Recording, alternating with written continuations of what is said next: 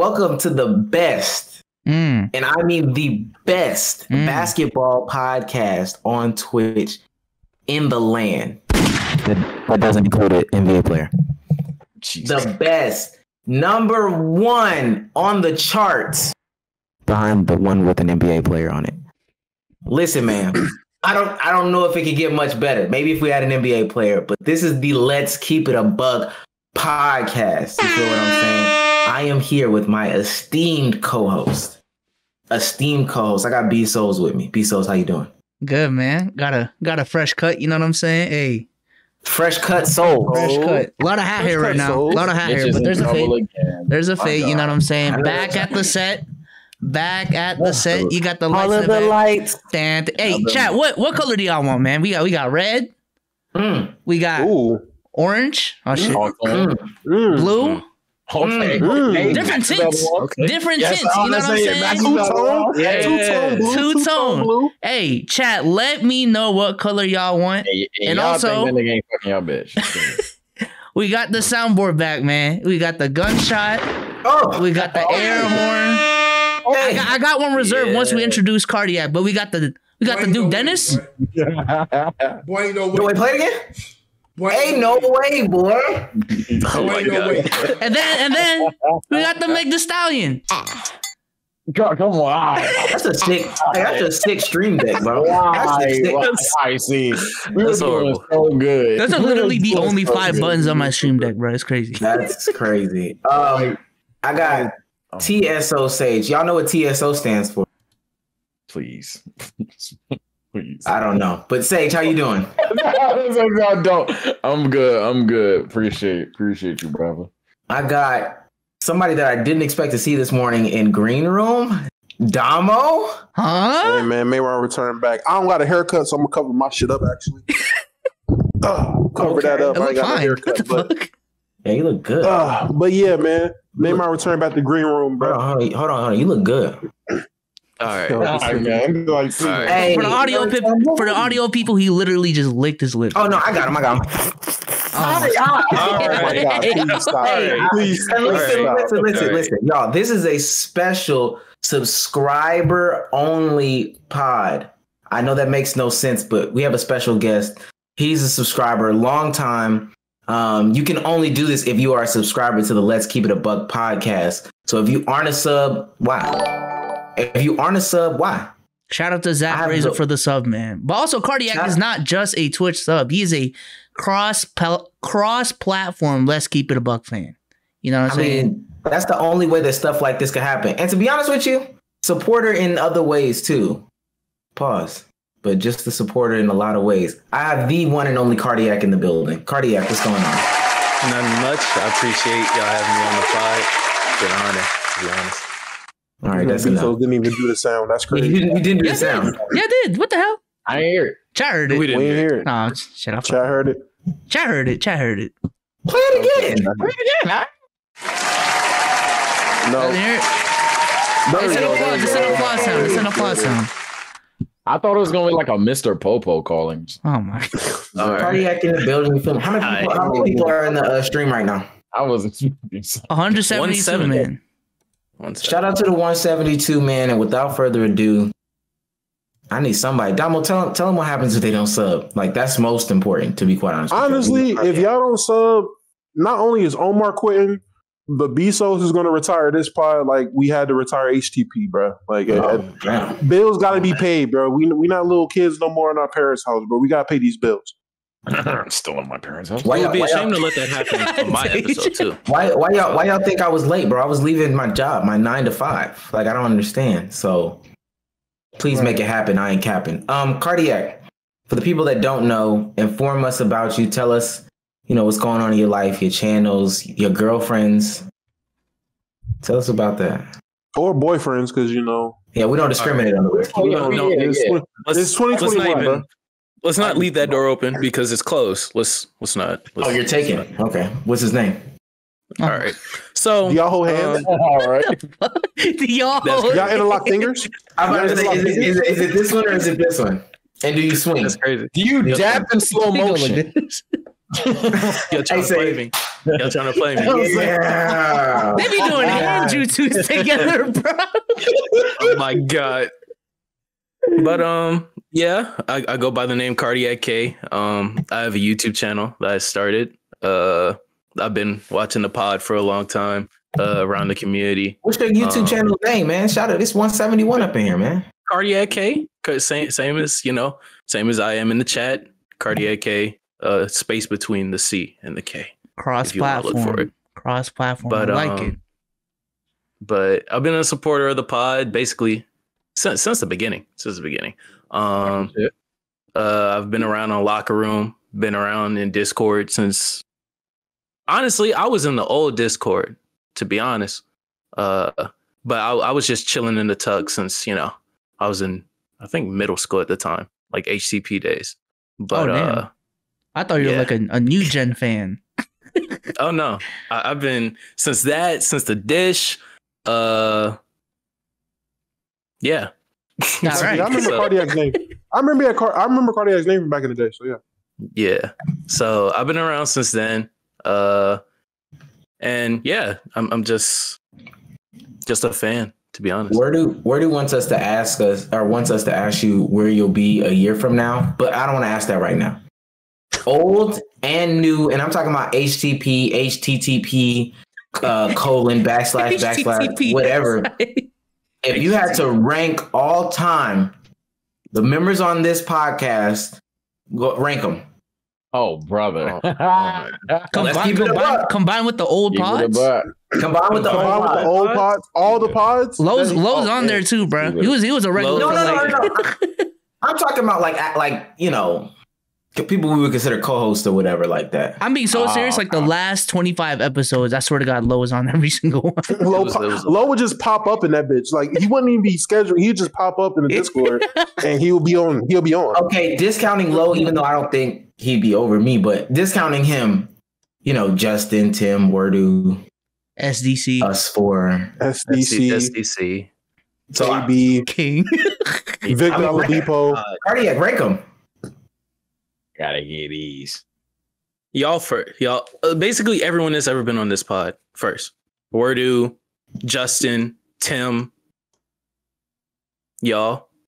Oh. I didn't ask you to keep it a buck. I want 1, 2. Yeah, I don't want tiers, bro. Fuck that tier system. I got him at number 1, him number 2. Or if I need the 1, 2, 3, 4. I'm about to say you on the hot seat, bro. I'm about to say you gotta be friendly. Do a tier list, but hey, don't be friendly, nigga. Hurt feelings. Nigga, we grown. Yeah, I'm saying, yeah. Damo forever kept it a buck. Damo forever kept it a buck across all pods. Okay, like loud. Whatever you need him to do, analytical stuff. If he's being a troll, whatever. B Souls, the consistency from every pod from day one. You've been the orchestrator of it.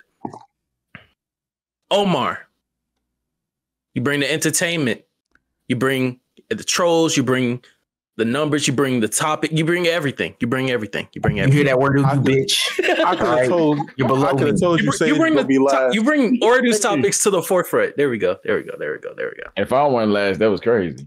I'm about to say as many popo jokes. Yeah. I knew you. It ain't got nothing to do with that. Honestly, it's favoritism because I've known them before. But Sage, you entertaining as hell, bro. Like.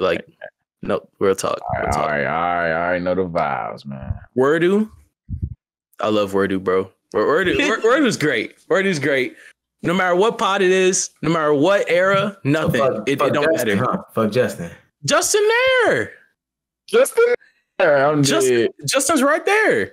Okay, Justin, that's what. And then right. Justin had pure character development, right? I've never seen character development on a podcast, bro. Justin got a few arcs. That was wild. So Tim is a bitch. Tim, the thing about Tim right now. Oh my god, he's in the chat. No, I'm this is literally his basement. Oh. I mean, it is what it is. Hey, keep it a buck. Tim is what's up. Tim is cool. I remember from the first 10. Yeah, we know what that means. Oh my god. He's there. Well, SDC, if we're doing like all time. All them pods. That's what we've been doing. What the hell? That's what I thought y'all was doing. Yeah. SDC right there. The only reason is because I was around during the HTP days. I listened to that shit every time. I was like 12, so I couldn't keep finding it, and I joined the Discord, and then I was like, okay, what now? So I didn't listen to every single one. So I remember SDC. That's really it. Damn. That man put Justin above SDC. Justin's character development is crazy, bro. Justin pre TBH and post TBH Justin, two total different niggas, bro. It's like Kaioken Justin was before TBH. After TBH, he was Super Saiyan, bro. That nigga, it just hit him. Nigga just changed in front of our eyes. A video. What the fuck?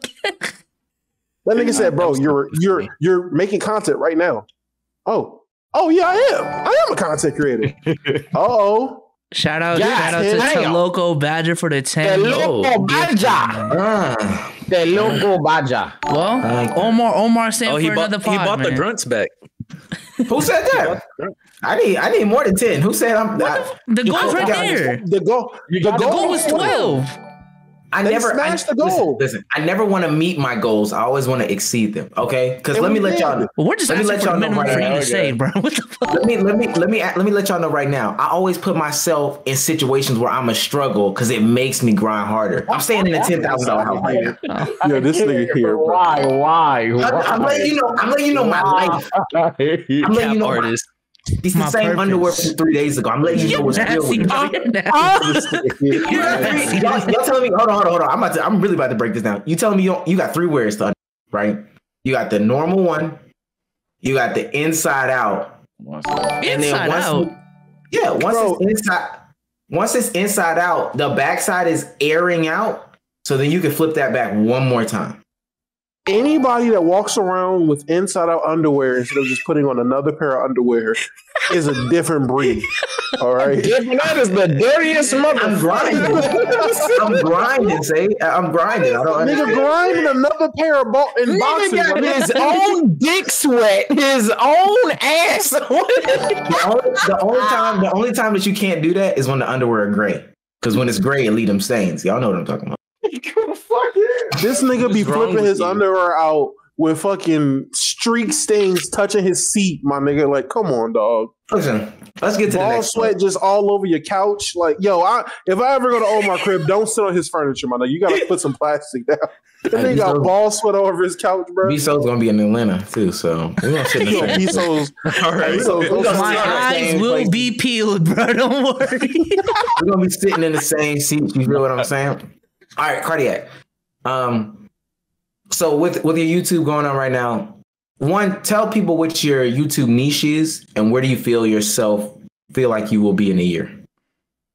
Right now it's pretty sporadic. Like I tend to, most of my videos are pertaining to either A, basketball, or B, like just general nerd culture. Like I've talked about anime, I've talked about comic books, I've talked about movies and shit. Like I talked about the Black Widow movie. And I'm trying to get more centralized towards, okay, it's either going to be I'm looking at basketball and I'm talking about a narrative or something happening, or I'm talking about like anime and analyzing that, or I'm looking at a community or something. And then for a year from now, oh my God. Well, I will have graduated. Hopefully monetized. Because I want to monetize before I go off to school, so I can have the chance of like, if things trend towards a good direction, then I won't need 4 years, potentially. But that's only if like super growth. Even at then, least monetization. Even then, I think you can get to a point where it's equivalent to a part-time job, like working a part-time job in college. Like you don't have to make a full-time income, like type of income from YouTube. If you want to start small, obviously, but yeah, Facts. At least that, and then since if I have enough like subscribers and then watch hours to be monetized, I'm assuming that like my following is also that size. So probably like a Discord server also at the time. Because like if I'm making money from it, I also want to be able to like talk to my community, I guess. I guess. I didn't think people really mess with Discord like that until recently. Discord. Oh no, people literally live in Discord, bro. Like it gets weird. It gets weird. I'm about to say this culture might be more like stronger and connected with each other than fucking Twitch, honestly. Like absolutely. Within a server, like once you really get into a server, is yeah. That 2017 summer, bro. That summer 2017 was different. I have a server, and these kids have not talked since like March, so they dead hate each other. And, but I think the problem is they're in like 4 other servers with each other, and different like platforms completely, like different channels. So I'm just saying my server is not the best, but nevertheless, one more time before we move off of your personal life, Cardiac. What's the YouTube channel? Cardiac K. Cardiac with a K in the front and then K at the back. Make sure y'all spell or go subscribe to one of our best and favorite subs and friend of the show, Cardiac. Let's get into the meat and potatoes. Y'all know I love to get into the meat and potatoes of the I like that meat. And listen. Y'all being gay, but I'm hungry. No. Hey, listen. Speaking of meat. Flo Milli. Flo Milli. Oh, that's curveball. I don't even know the topic, so someone needs to educate me. Flo Milli? I know the topic, man. I know who Flo Milli, but I did not know. It's a Flo Milli appreciation.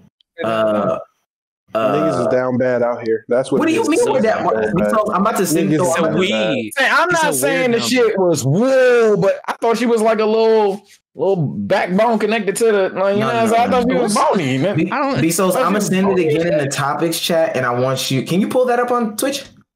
No. TOS? No. No, you cannot. Can you pull that up on Twitch? Wait, what? You cannot put that on Twitch. Somebody needs to drop a link. Listen, all we're really saying is Flo Milli is thebomb.com. If you haven't seen it, I've definitely retweeted it. She's got hella ass. I think she's a donkey farmer. You retweeted it? Hell yeah, I favorited it, bookmarked it. I quote tweeted it. This nigga is endorsing right before Twitter right now. Right before the fleets ended, I put it in my fleets. Oh, I see. Yeah, Bezos. I see it. So with that being said, is she better than Coily Ray? She's the baddest. About to get another one. She's better than Coily Ray? Whoa. Come on. Damo? Come on, what? Is this even a question? Coily Ray is literally, bro, she's built like Riley from the Boondocks. What easy. What? I don't know what's going on. First of all, neither are the baddest in the game, but yeah, I'm not saying all that. Wait, so who's the baddest in the game? Who's the baddest in the game? Come on, bro. The baddest in the game right now? Bad? Shit, I'll go for it. I already done said this earlier, man. Something about Cardi B just made me I ain't gonna lie. Remember the origins of that one viral TikTok clip, bro. Cardi B is, I would say Cardi B, Megan P. I've heard Chloe is cool. Kardashian? She also who? Bailey. The rap game. Yeah. That bitch. Does she count? Yeah. Well, yeah. Does she make? I don't think she counts. Rap game. Why would she? Chloe count? She's the game. If Chloe count, then I'm saying Rihanna. Rihanna get my vote. I'm about to say Rihanna count. And by that point, with that fucking agua, boy. At that point, who not in Rihanna is we fucking with? Hey. Actually, let me get a side by side comparison. I need to. Bro. Chloe Bailey and I feel like a damn kid again. Rihanna went ahead and got thick on us, nigga, out of nowhere. Niggas just woke up and Rihanna put some weight on. I was like, wait a minute. Chloe gives me Megan Thee Stallion vibes. Like, I don't really be about nothing that we talk about. Nah, Mulatto gives me about nothing. No, she doesn't. Mulatto gives me Megan Thee Stallion vibes. Meg over Janae is fine though. I ain't gonna lie. Like she doesn't have like. I mean, I ain't gonna lie. She is. Mulatto's up there. She just give me Megan Thee Stallion vibes. I don't think she about it for real. She be talking. She talks too aggressive. Yeah. And then I heard, so after the Flo Milli picture, I listened to some of her lyrics. She be talking it, but she got the little spike. She almost got that Cardi B attitude.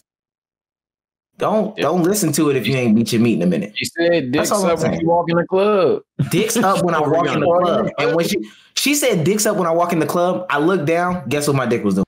All right, that's how we got. Oh my god, Rihanna free. I lied. Yeah, she said now he gone off the frick. Now he raising his meat. Oh my god, come on now. Y'all listen to her? Be so. I do. That's actually crazy. I saw the line on Twitter. I ain't gonna lie to you. My whole thing is when it comes to rap music, I listen to shit that is relatable to me. I just can't ride around listening to dicks up in the club. I immerse myself. It just don't work. I immerse myself. I put myself in their shoes. You know what I'm saying? You put yourself in their shoes. Stop, bro. Yo, no. Yeah, I'm looking like Eno out here. You know what I'm saying? B-So's be riding the car like, you know what? Every time I go out, you be up. Dicks be up when I'm out here. I'm looking like Eno. Hey. Nobody's released it. This nigga said he's doing a mind transfer jutsu with these women so he can truly be. Oh my god. Hey. This nigga's disgusting. Hey. Like what you like. Nothing but question marks. Like what you like, but that ain't me. I ain't gonna lie. I just think to myself, especially when she says something like that, I listen for them to say pussy. The way that they say pussy lets me know like how I'm supposed to feel about this song. So Meg will say it and Mulatto will say it and I'll be like, you don't even really believe that your pussy's that fire. But Cardi B, Flo Millionaire, I don't know. So you sitting there analyzing the wave frequency of how they say the word pussy. You ain't never for you to know whether they're a freak or not. Cardiac, you 17. You ain't never had a grown woman really talk to you like. So oh my god! I don't expect you to understand what we talking about right now. I mean, just Cardiac, you fucking with girls is wiping back to front, bro. Oh. Come on, man. You fucking with girls going back to front, bro. Like, come on. No, I'm not gonna lie. After like third period, all the girls that you talk to, Cardiac, smell like outside. All right, they smell like wood chips and shit. Oh my god. Cardiac definitely the nigga that be the first thing. A girl smelling like wood chips and mud. You smell like outside. Hey, smell like outside. Yo. Hey, don't lie to me, Cardiac. You talk. Wait, let me let B-Sos put his headphones. Cardiac, you talk to girls that still drink out the milk carton or not? Bro. They eat them hamburgers, them plain hamburgers with just ketchup on it. They be eating the microwave hot dogs, stupid ass. Oh my god. So I wouldn't expect you to know. I feel like Cardiac the dude be talking about the same three girls every day. Like he go to bed and be like, did you see what Becky was laying about every fucking day? Cardiac trying to play me now. Cardiac, that senior to be walking up to the freshers asking for a hug, bro. That's Cardiac, bro. Cardiac is worth my hug. Cardiac is worth my hug. I ain't gonna allow that. Cardiac pull up. Hey, Cardiac pull up like, hey, yo, where my hug at? You that singer they told me about. Hey, come on, singer day. Whoa. Cardiac talking about me a shadow and shit. Cardiac, it's grab ass Friday. Hell no. No, bro. Hey, Damo, Cardiac low key be threatening him too. Hey, you know if you walk down this hallway, you gotta hug me. That nigga be standing in front of the water fountain. Nigga standing in front of the water fountain. Bro, be standing in the middle of the aisle. I ain't gonna lie to that. Second floor gotta give me a hug. Anybody on the second floor gotta give me a hug. That sound like you speaking from experience. That sounds like he's done this before, bro. What the fuck? Mamo, that sounds like an experience from you, bro. What? Hell no. No, it's the No. I will say this. In middle school, I was where my hug ass nigga in middle school. I was. I ain't gonna lie. In middle school, in middle school, in middle school, 7th, 8th grade. Yeah, 7th, 8th grade. I was one hug ass nigga. But once puberty really hit the nigga, high school, I wasn't on that shit. What? I was never. Brody walking up to someone that just got out of elementary talking about some where's my hug. Stop. First of all, sir. Nah, bro. Sir. The bitches they were my age in my grade. No, we call them fifth graders bitches, bro. Stop. I'm not, bro. Stop. I'm not calling them fifth graders. Stop. I'm not calling them next fifth graders topic, bitches. bro.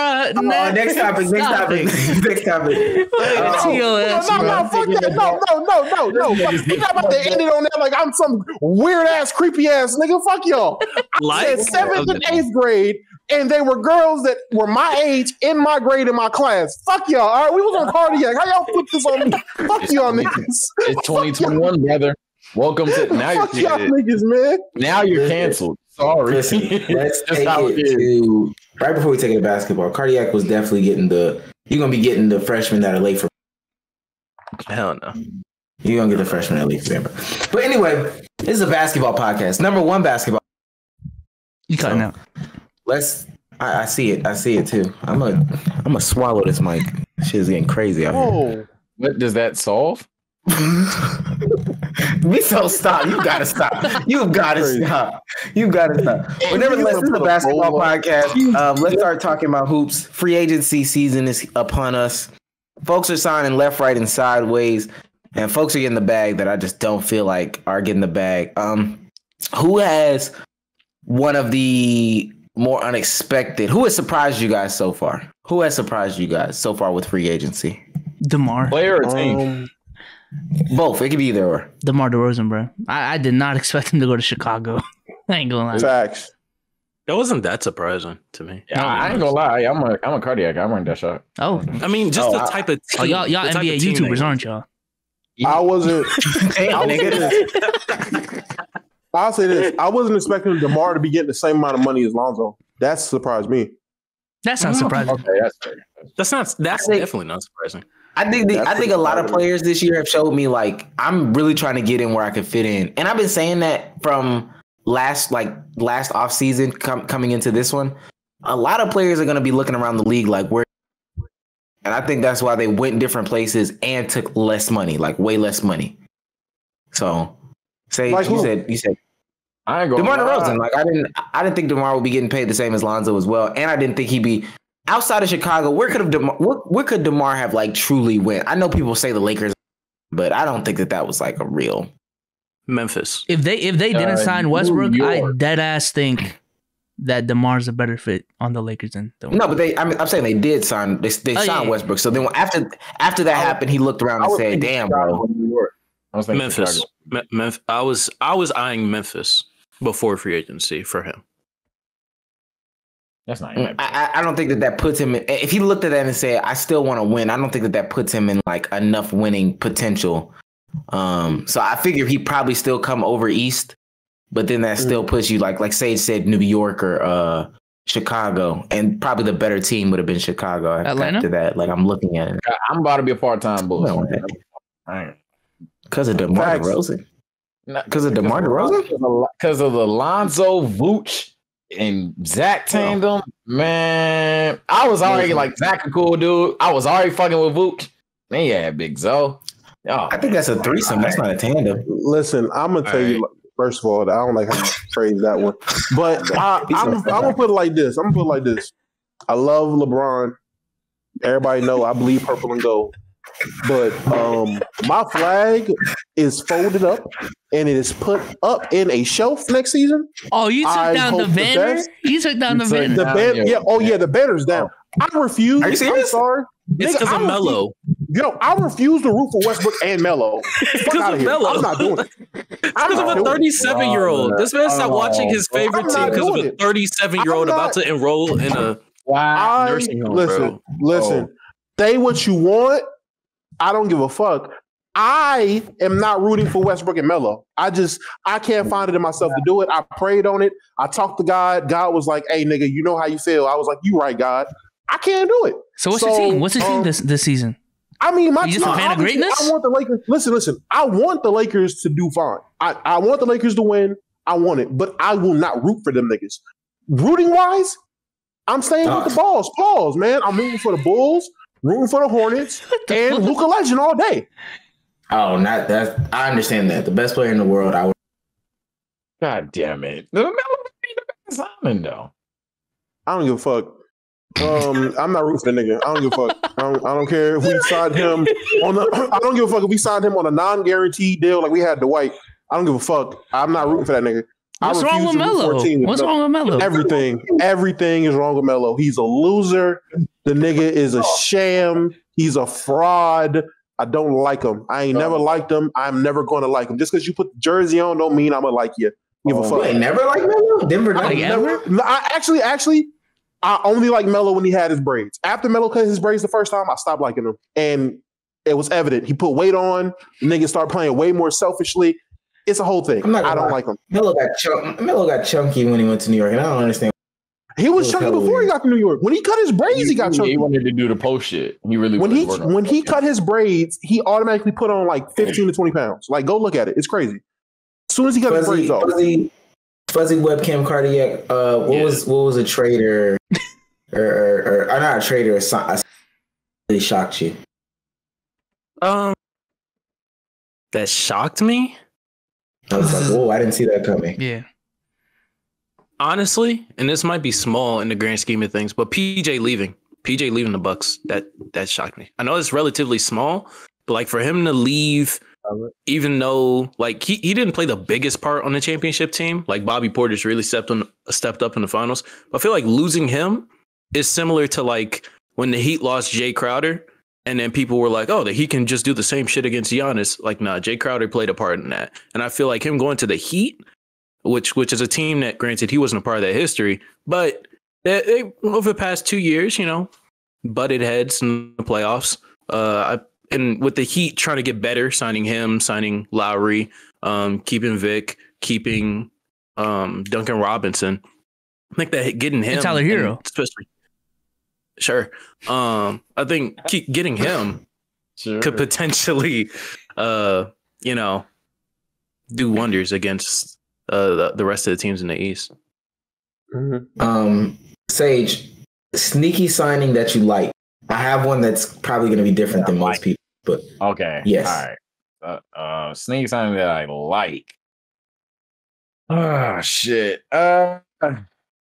This is easy. I mean, go ahead. What's easy then? I'm thinking. Go ahead. Kemba to the Knicks. I was about to say that, right? Who to the Knicks?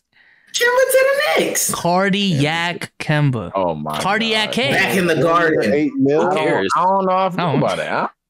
Back in the Garden. Ooh, step back. He's never been in the Garden. 35 wins. Yeah.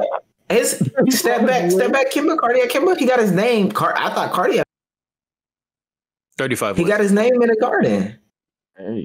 Hey. Did he? Y'all don't think? Yeah, March Madness when he hit that. Okay. Y'all don't think he could rebuild some of his value? And plus, that feels like low key, like the void. Well, him and Evan Fournier fill the void that like was missing from New York last year.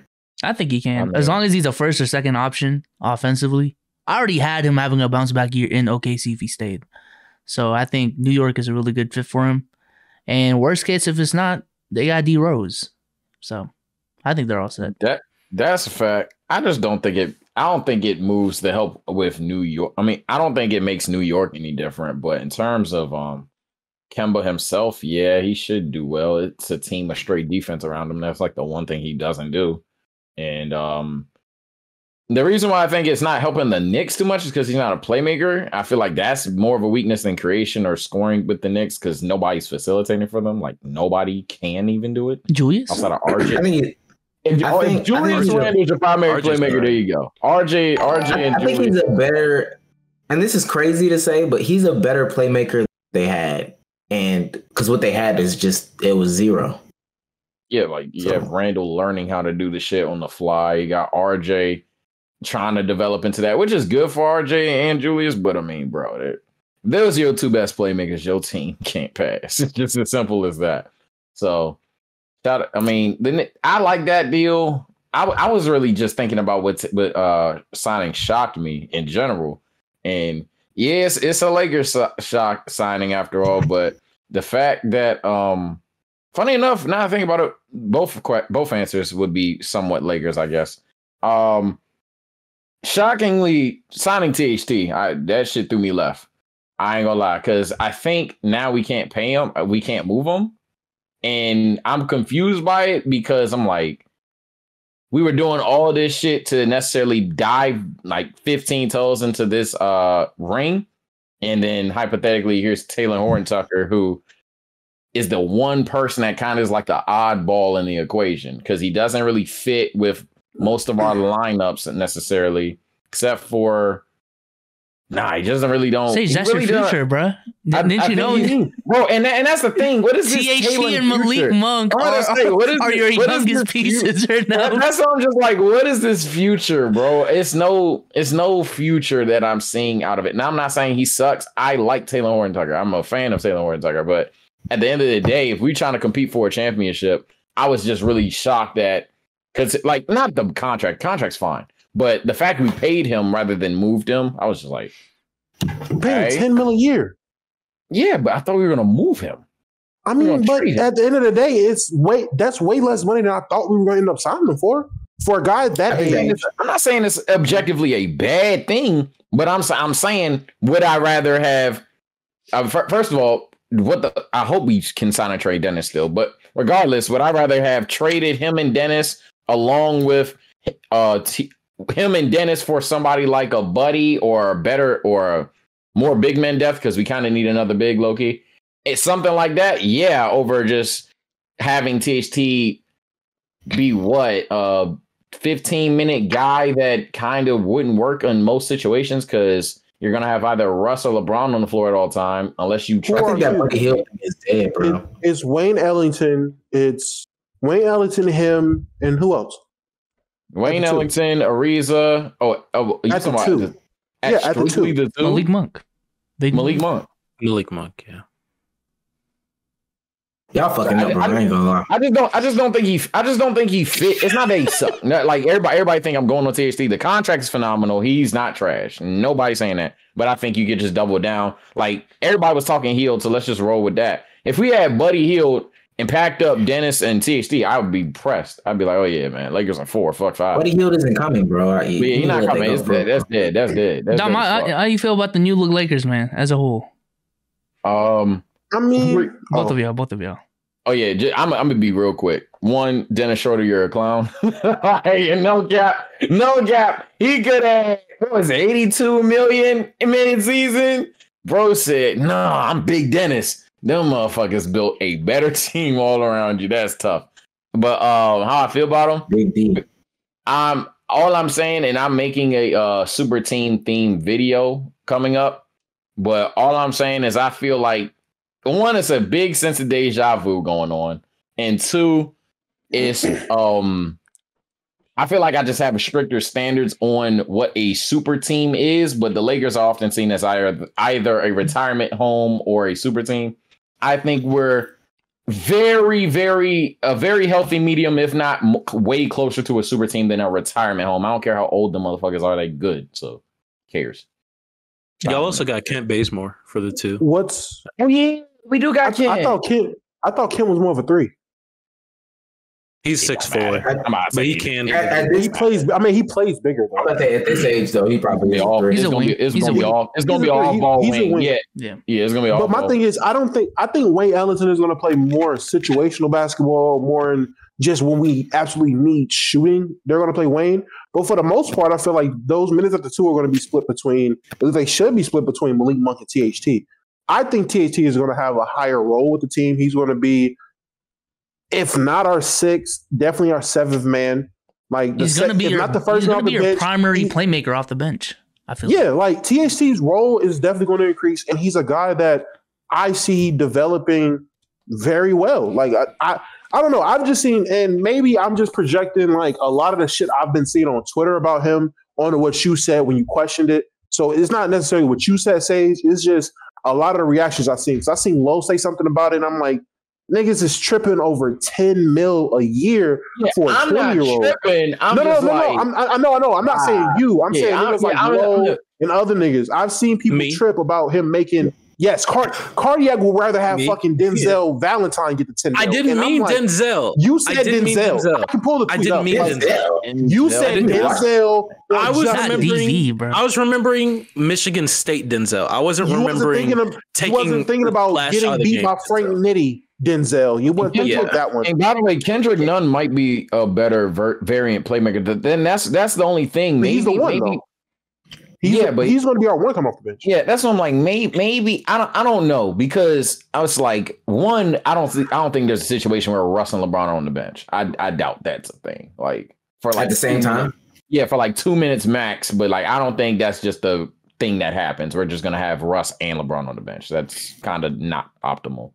And even if there was the case, you got Nunn out there. I mean, I don't hate the dude. So he's cheap. He's young. Ball up, shit. Maybe if he ain't even good, is he closing games though? Is he closing games? No, thank you. That's what I'm saying. No, I think he can grow into a player that can close games for us. Not this season. I think he could be that guy. Malik Monk? Not this season. Over Malik Monk. We need a shooter. I think THT is going to end up by the end of the season. Get a jump shot.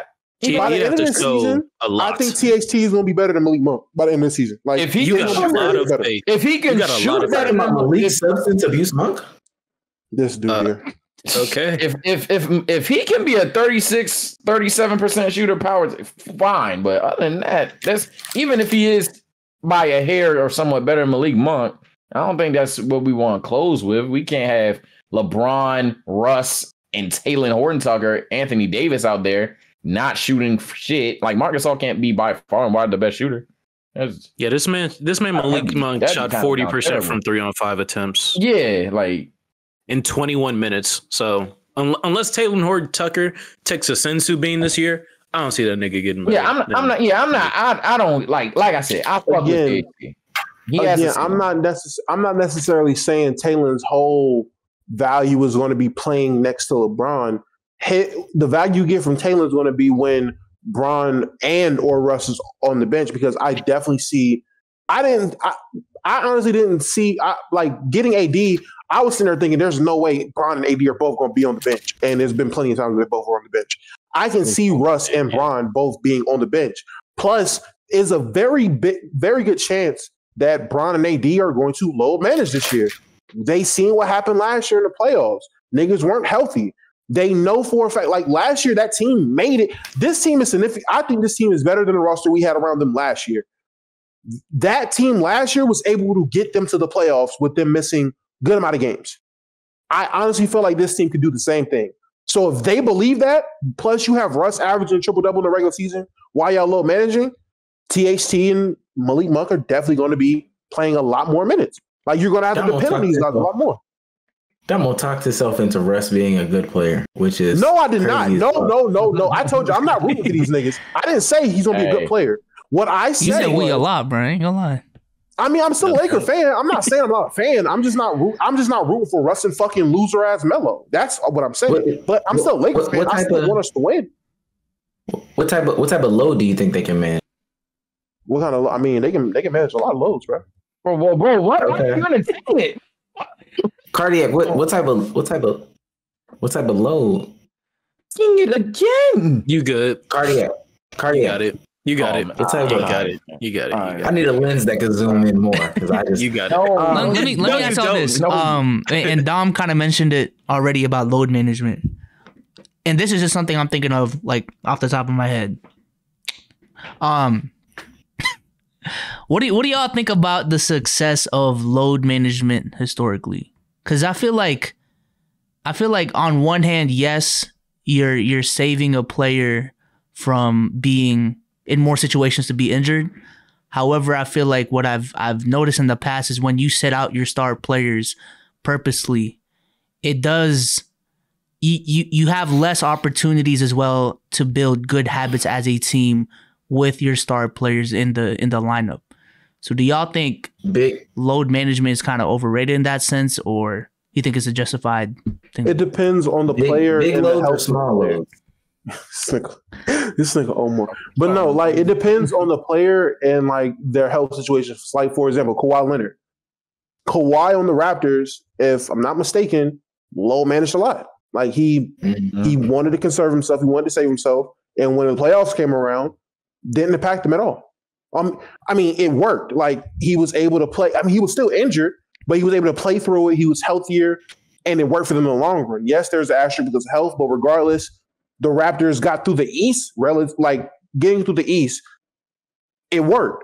So a guy like AD, who's coming off a significant injury like that last year, who's known for being injured, I would say he's kind of the guy that has to load manage. And I mean, what kind of habits do you need to? I mean, it is a new team, relatively new team. Yes, but it's Anthony Davis. It's a whole new team. It's a whole new team. It's a whole new team. Yeah, but at the end of the day, these are still professionals, and you know AD's game. At the end of the day, you're going to win games, Dom. Like we all know they're going to win games. I'm talking about winning. I'm not talking about no. I'm not talking about winning games. I'm like you said, building habits as a team. Mm-hmm. A guy like Anthony Davis, he's going to be your best defender. He's going to be a bucket. I don't think they're like, what kind of habits do you need to build if you know who AD is? Same thing with Bron. If I'm not saying, I will honestly believe AD is going to load manage more than Bron. At least he should. Mm-hmm. Like Bron's probably, I feel like Bron's going to miss like at the most 10 games. Like, so let me ask you this: in 2020, when you guys actually won a championship, hypothetically, let's say LeBron and AD miss like 20 games. Do you think the chemistry and the execution of that team would have been on point as it was if they rested LeBron and AD? Yes, because I feel like chemistry. I feel like chemistry was a really big team with that team, a really big thing with that team, and that was because of how many reps they all had together, as opposed to like the Clippers who had a shit ton of injuries and they weren't playing as much. You know what I'm saying? So, but not playing because you're missing time because of an injury. And legit load managing, but you're still able to be a shoot around. You're still able to practice. You're still able to have full contact. All that shit with the team before and after a game, it's way different. If they're like I said, if they're load managing, it's going to be fine. Now, if AD's hurt, if AD's not able to participate in anything, then that's a problem. That's when you have an issue building habits. But if AD's just resting, if AD's taking personal reasons not to play, but he's still in street clothes on the bench and he can still be at shoot arounds, he's still going to be at practice in the morning, full contact, what's the problem? You still build a chemistry. Yes, it's not going to be end game, but any NBA player will tell you all the good habits start in practice. It starts in training. That's where all the good habits start. That's where you build your habit in practice. I think historically speaking, like if, at least in our lifetime, load management derived from like the Spurs organization.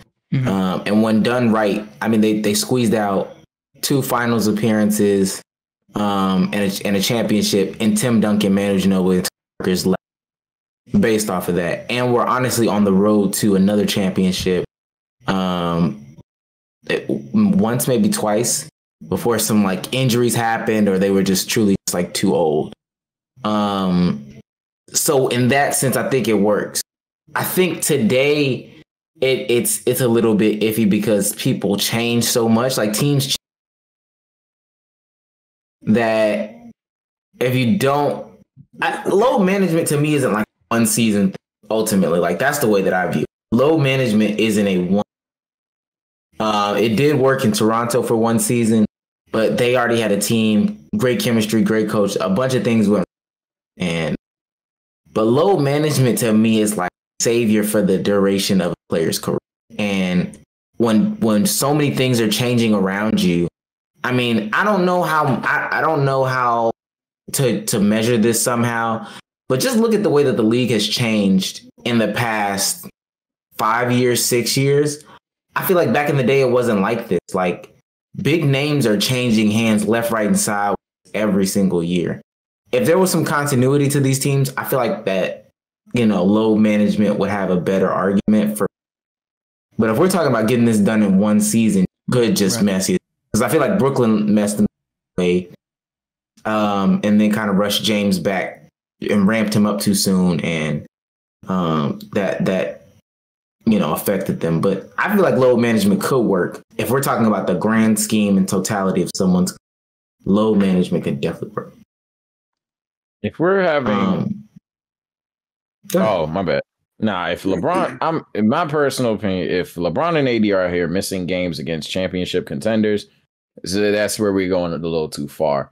Now, I believe we need those reps. Like as favorited as the Lakers are, we can't underestimate the Western Conference. Like Luka, they be slicing Luka on this podcast, but Luka is official. That's not going to be easy out no matter what. The Phoenix Suns, even though I believe we have quite closed that gap if we were even inferior prior to injury. I think it's substantial that we win that, but we should still not underestimate them.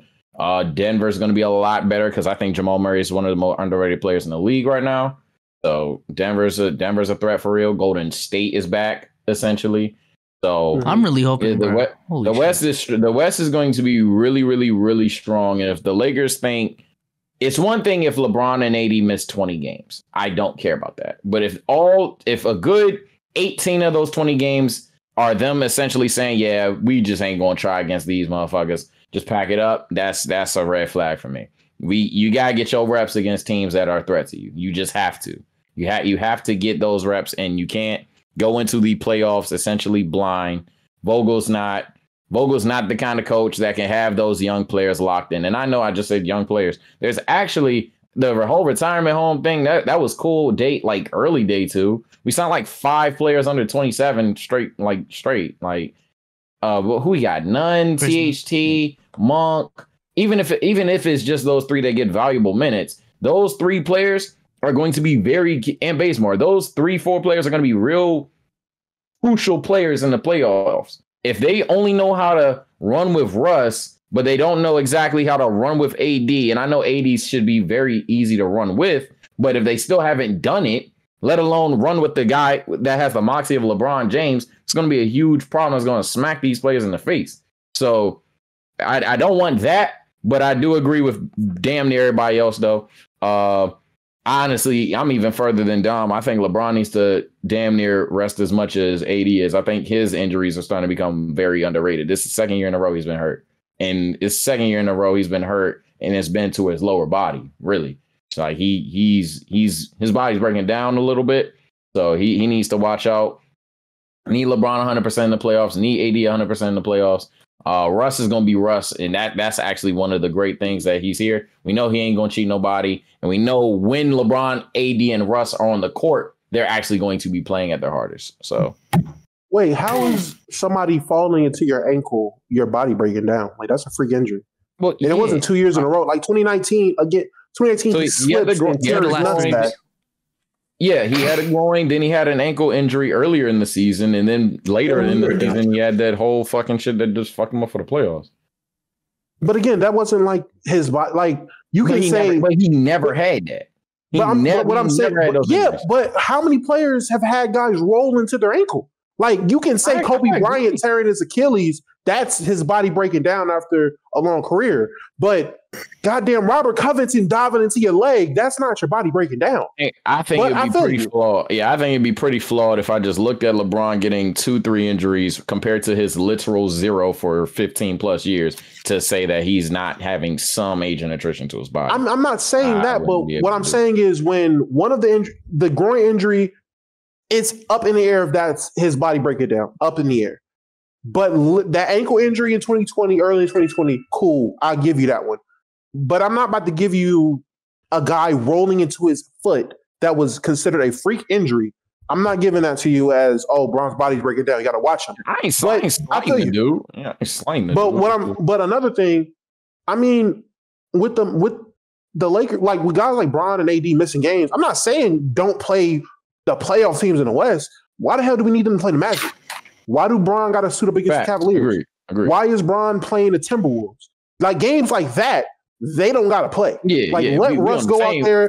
Let Russ get triple doubles. Do that. Like play the marquee games. Play the Warrior games. Play the Jazz games. Play the Nuggets. Play those games. Build repetitions for that.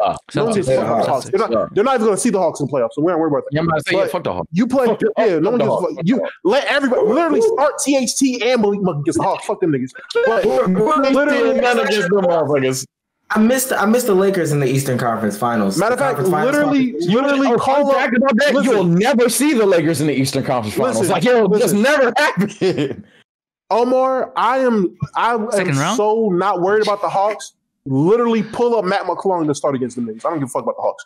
But with them missing games, I'm saying miss games against teams that it don't matter. Like those games, like I do feel you. We do need repetition against the good teams, but when you were making a point about guys like THT and Malik Monk needing that repetition with AD and shit like that because you don't want to get to the playoffs and not know how to play with AD and play with Bron, that's why you have practices. Like I said, if those guys are missing time because they're injured, that's one thing. But if they're just like, yeah, fuck, we're not about to play, but nigga, I see you in practice in the morning and you're running reps with them then, nigga, you practice how you play.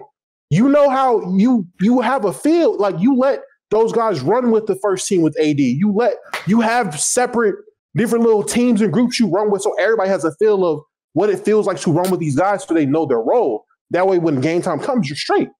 That ain't exactly the same. For a debut playoff game with 2 stars you haven't played a lot with in the season compared to a practice, it's not the same.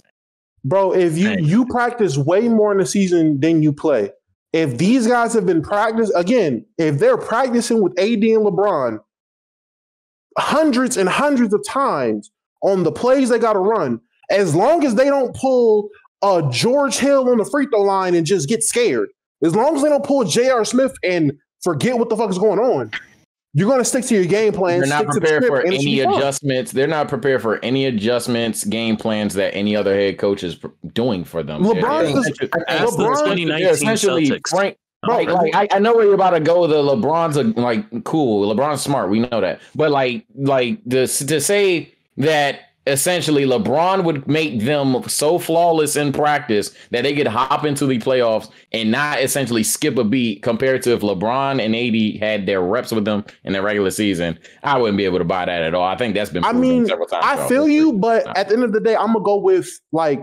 the recollection of NBA players that played with him. So you trust LeBron? He talked about it. He talked about it himself. LeBron gets you ready for any situation in the game. LeBron is so smart. LeBron drills and trains and all this stuff. And literally, he said himself, again, I'm not going by what some writer said or something on the book said. I'm going by what the NBA player that won a ring with LeBron said. The shit Bron talks about in practice, it literally plays out on the court.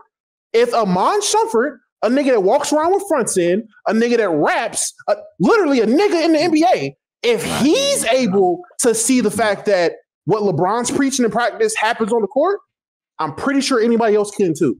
Again, you're going to need a lot of reps, and a game time situation is different.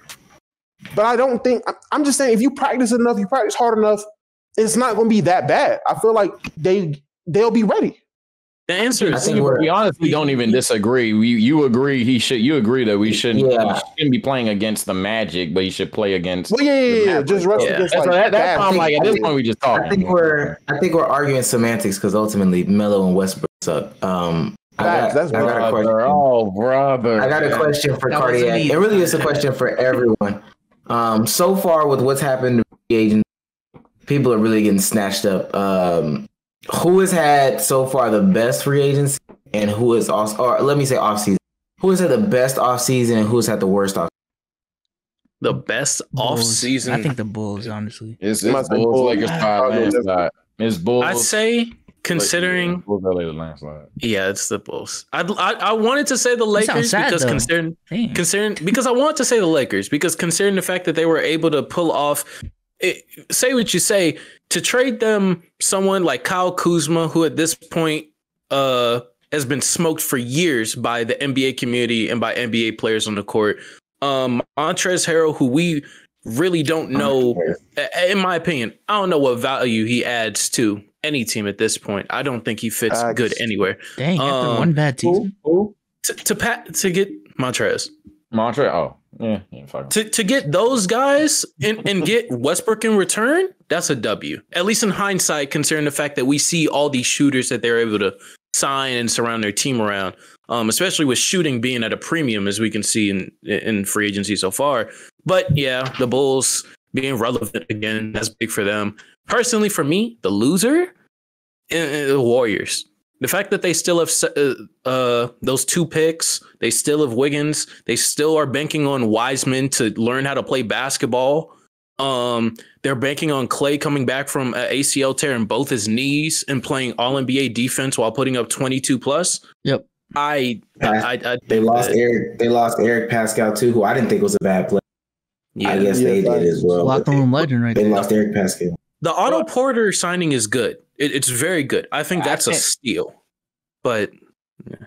I can't buy them as complete losers, and it's not me just disagreeing with niggas on the pod today, but it's really just because their whole schematic it would have been nice to see them trade their assets. Of course, I've been saying that all fucking season. It shocked me that they still kept them shits, but they are still young first round talents that they have in the lottery, and on top of that, Curry. Man, it's him. It's him. That team's gonna be fine regardless. And if Klay, and I feel like they know something we don't about Klay Thompson.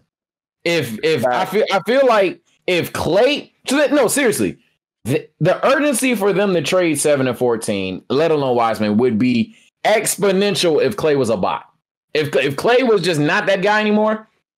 No way. No fucking way. I'll be exposed in 4K right now if Klay Thompson is trash and they kept those picks. Then, all right, I don't know what the fuck he's doing.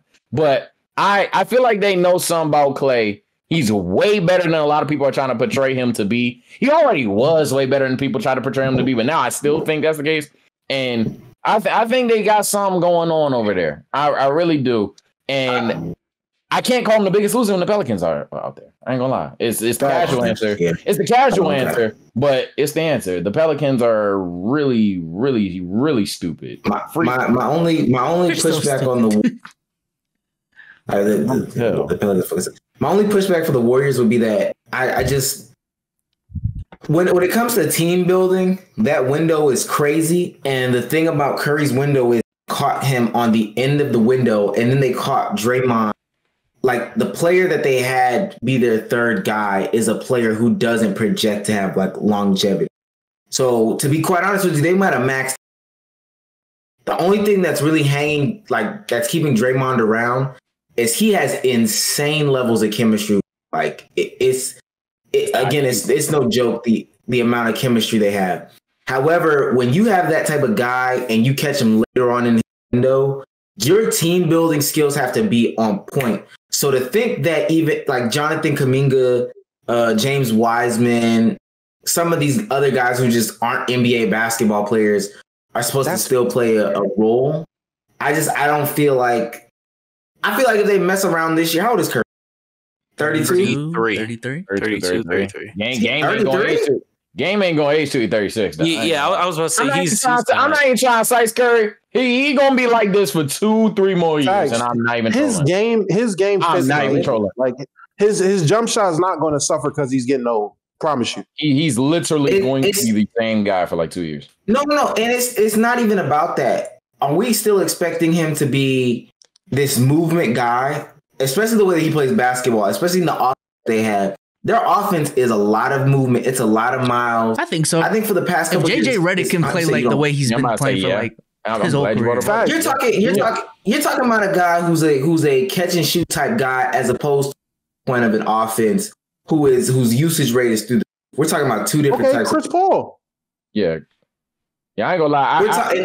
Curry got the Tony Parker. Basketball. Tony Parker games LeBron. Curry got best conditioning. Tony Parker games aged pretty well. Like he aged pretty well. But we're talking about a team. When you say Tony Parker, you're talking about an organization and a team who was great at team building, who could year in and year out flip in and out players who were successful and everything like that. Even with this gap, because there was a gap where the Spurs weren't. I'm not gonna say they weren't a bad team, but they weren't the best team in the world. And then they were able to reinvent themselves later on in Tony's career. But that was later in Tony Parker's career. You see what I'm saying? When was this gap? Between they had this stretch, 2012, where they weren't really doing anything. Remember, so 2007 is when they had their finals. They were just losing to better teams. They were just losing to the Suns. I mean, that's not. That's what I'm saying. I'm not saying that they were bad, but they still weren't the Lakers. They weren't the winners of the West of the time. And then they were able to reinvent their team, retool, and become good in his later years. What the Warriors have done in Curry's later years so far has been terrible. Am I wrong or am I wrong? You're wrong.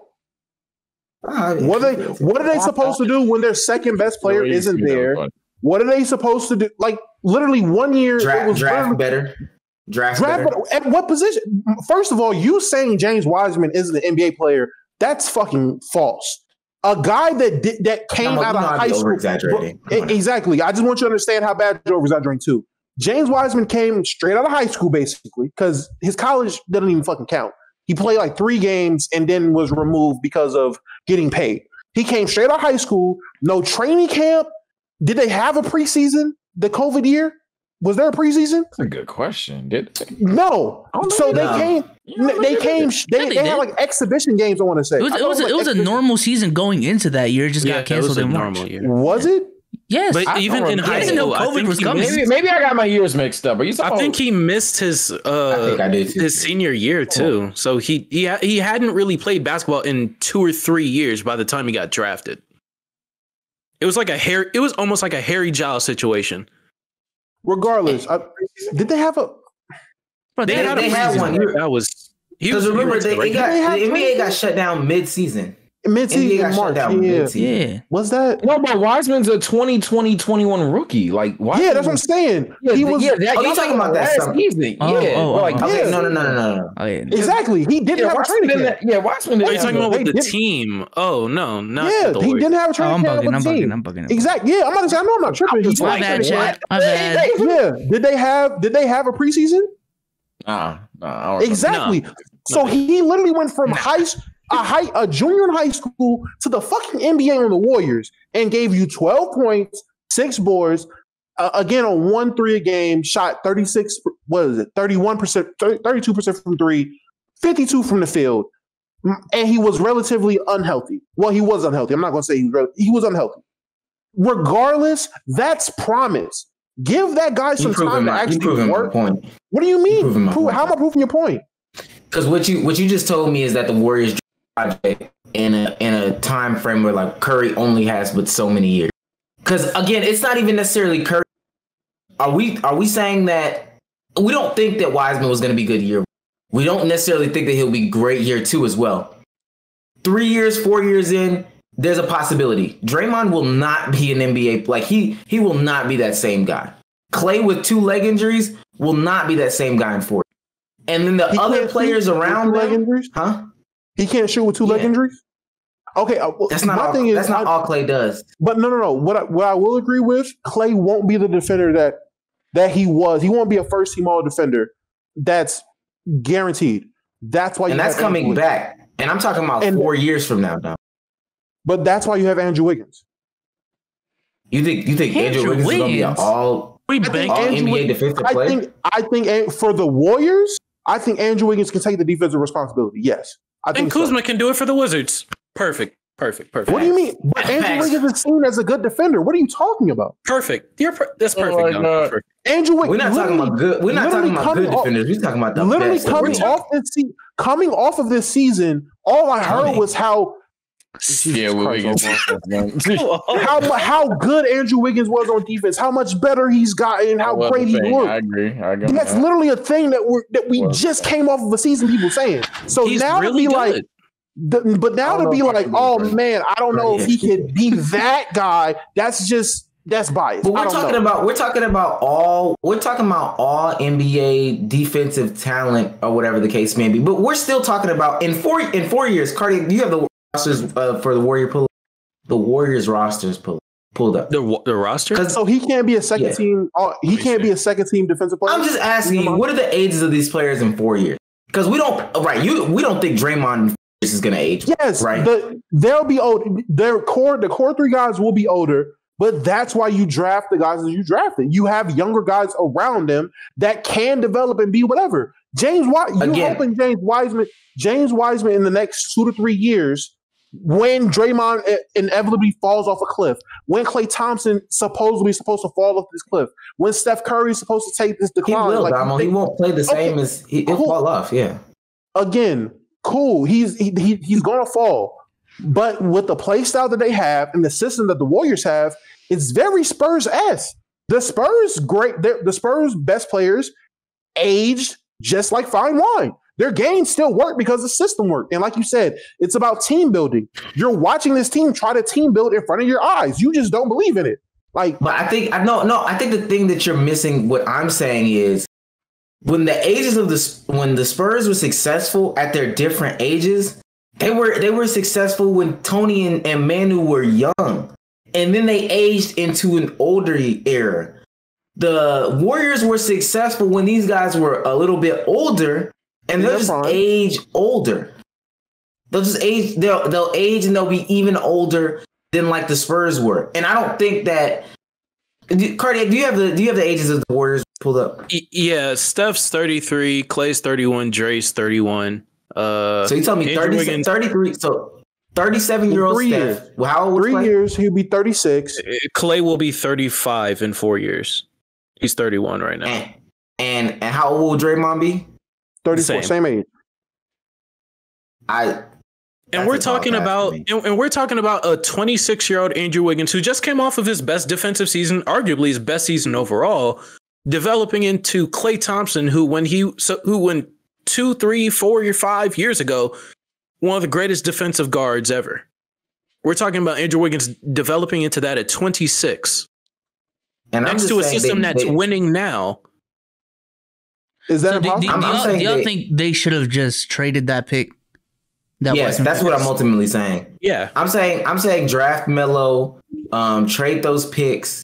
I just don't think that what they expected to be out there was out there. But Kuminga's not giving you anything next year, not in the next 2 years, to be quite honest with you. I don't know who they got at what other pick they had. Do you know anything about Kuminga's game?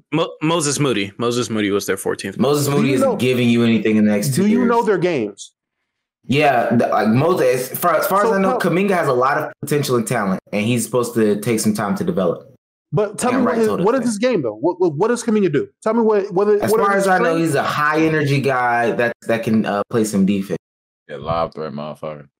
Yes, and I've heard that his offensive game is very raw, to say the least. Raw? Hey, isn't Moses Moody a bitch? Like I don't. What the fuck? You know what I find funny about this topic?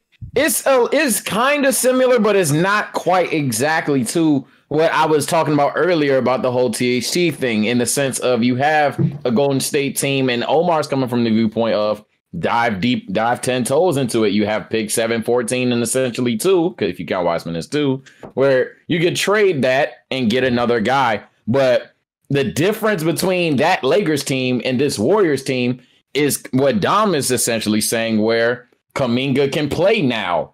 Moody can play now.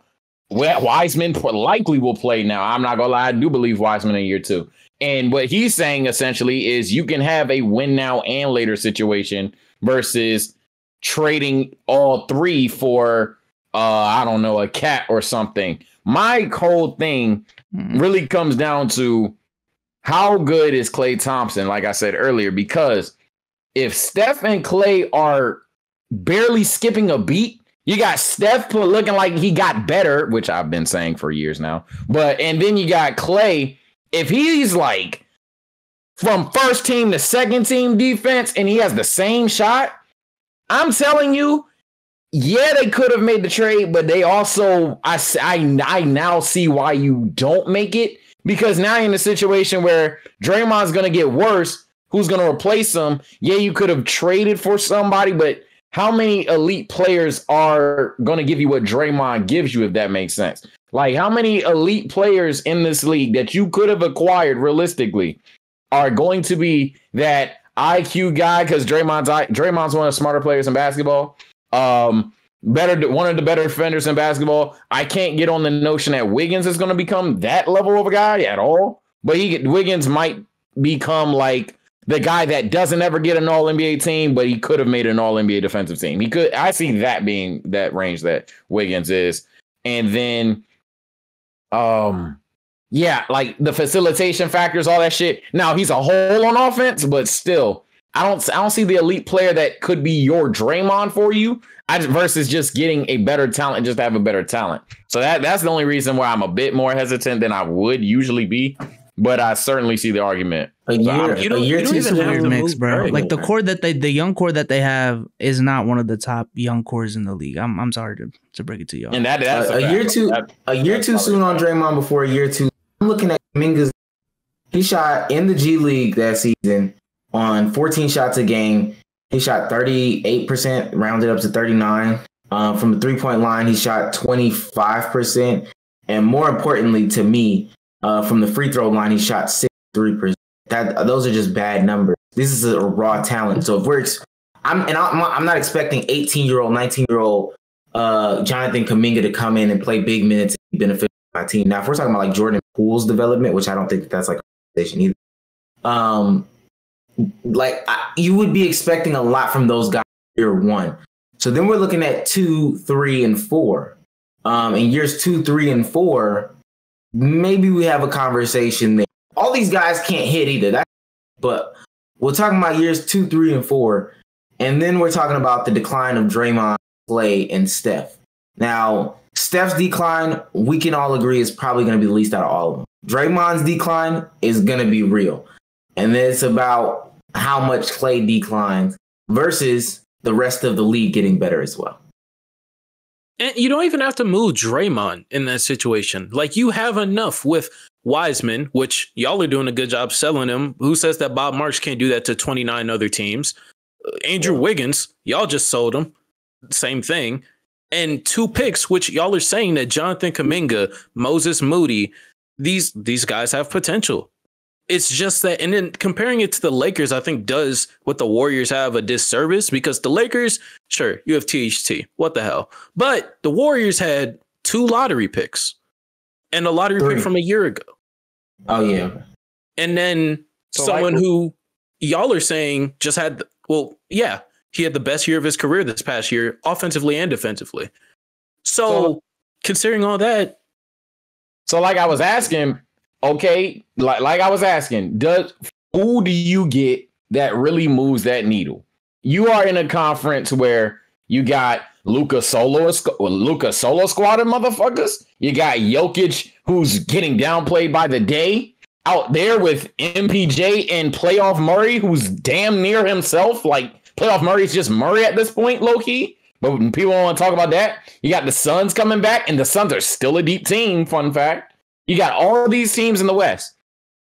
Who do you trade if you're like all year I was talking about trade the pick. So I completely understand the ideology, but I've somewhat come around to be like dead center in the middle. And that's because who do the Warriors get that even if they keep Draymond, fine, that they then, now you can actually come out the West. Who would that player be?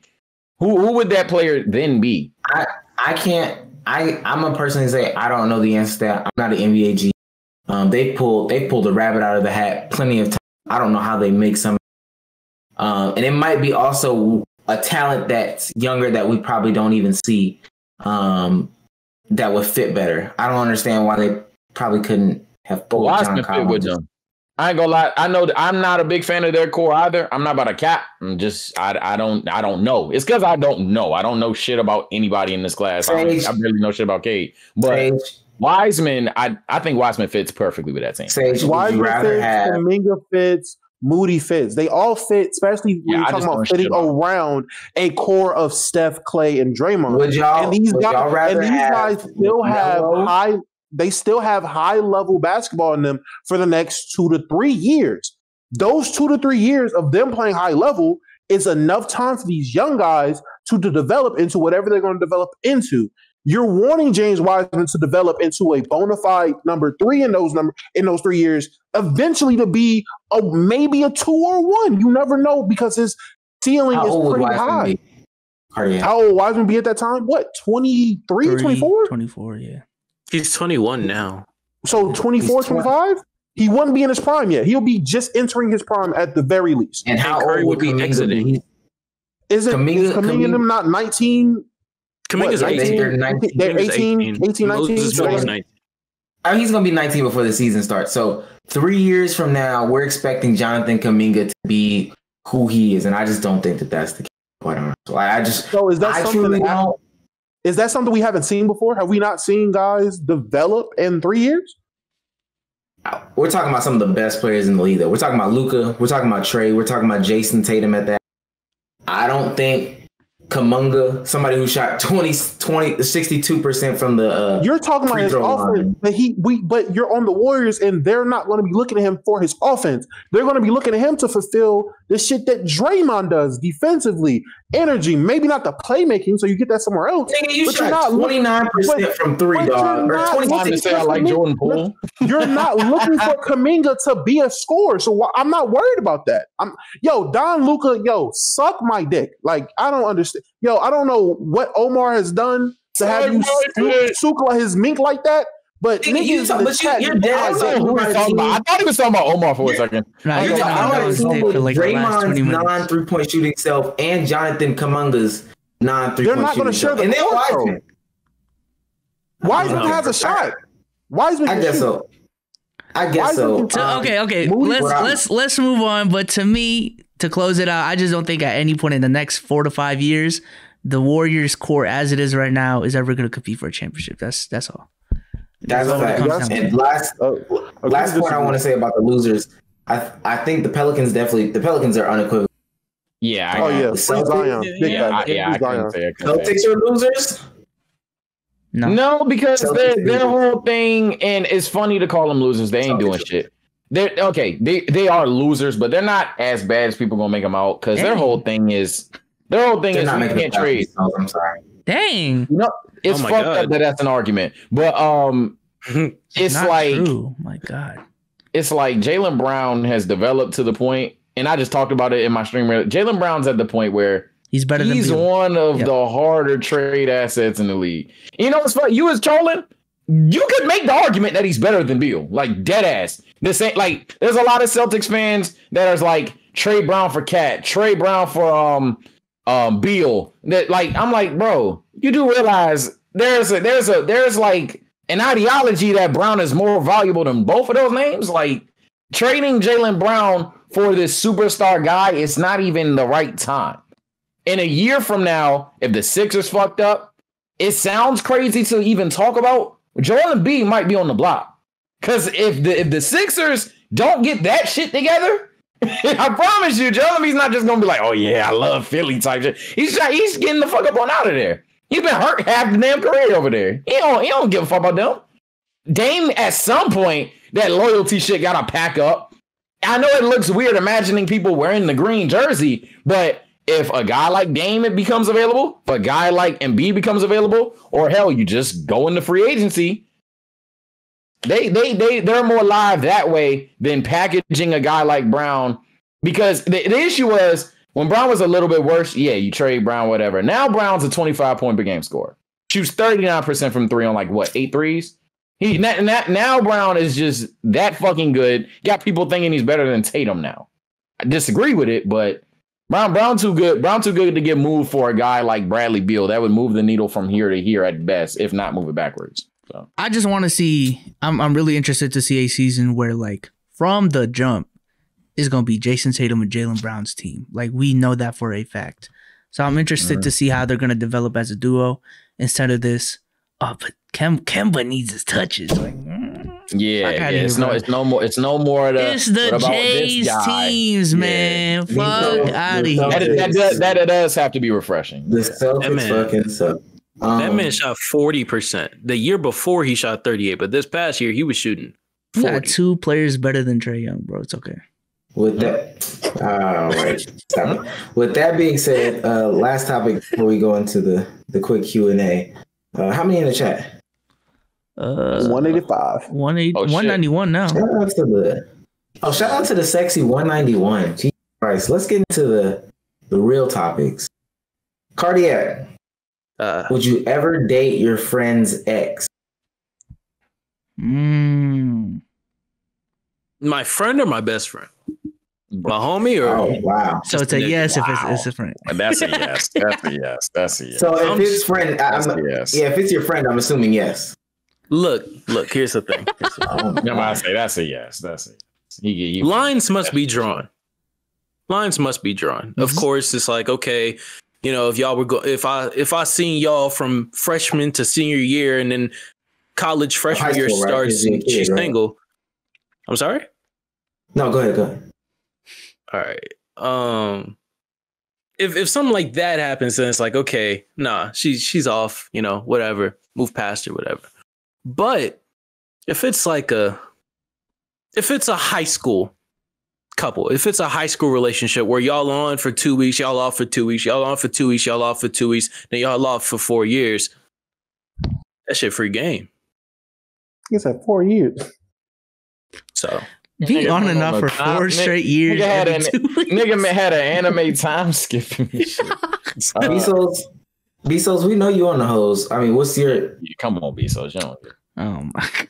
This dude right here. I ain't do this shit. This nigga Bezos be like, I mean, friends. This dude right here. If it's a friend and the girl's like, it wasn't like a long relationship, I'd ask the friend first. I'm pretty sure we talked about this before, Dom, on the pod.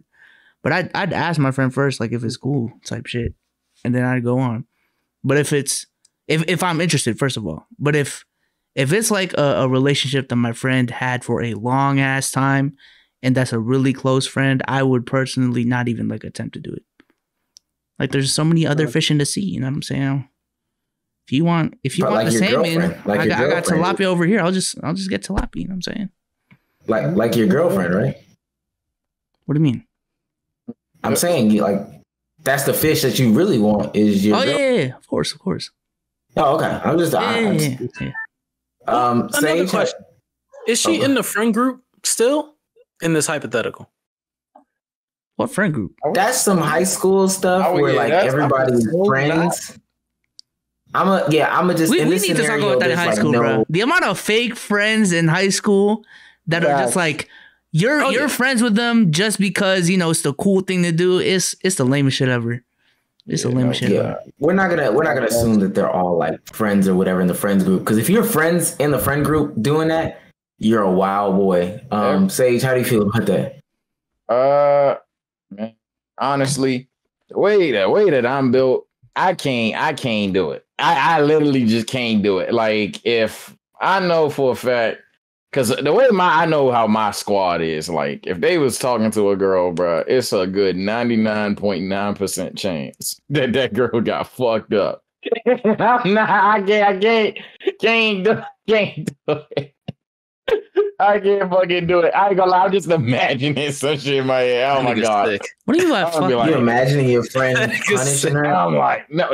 So you wouldn't. Oh, I thought that's what you were saying. That's like a term. No, I'm like, what do you mean by fucked up?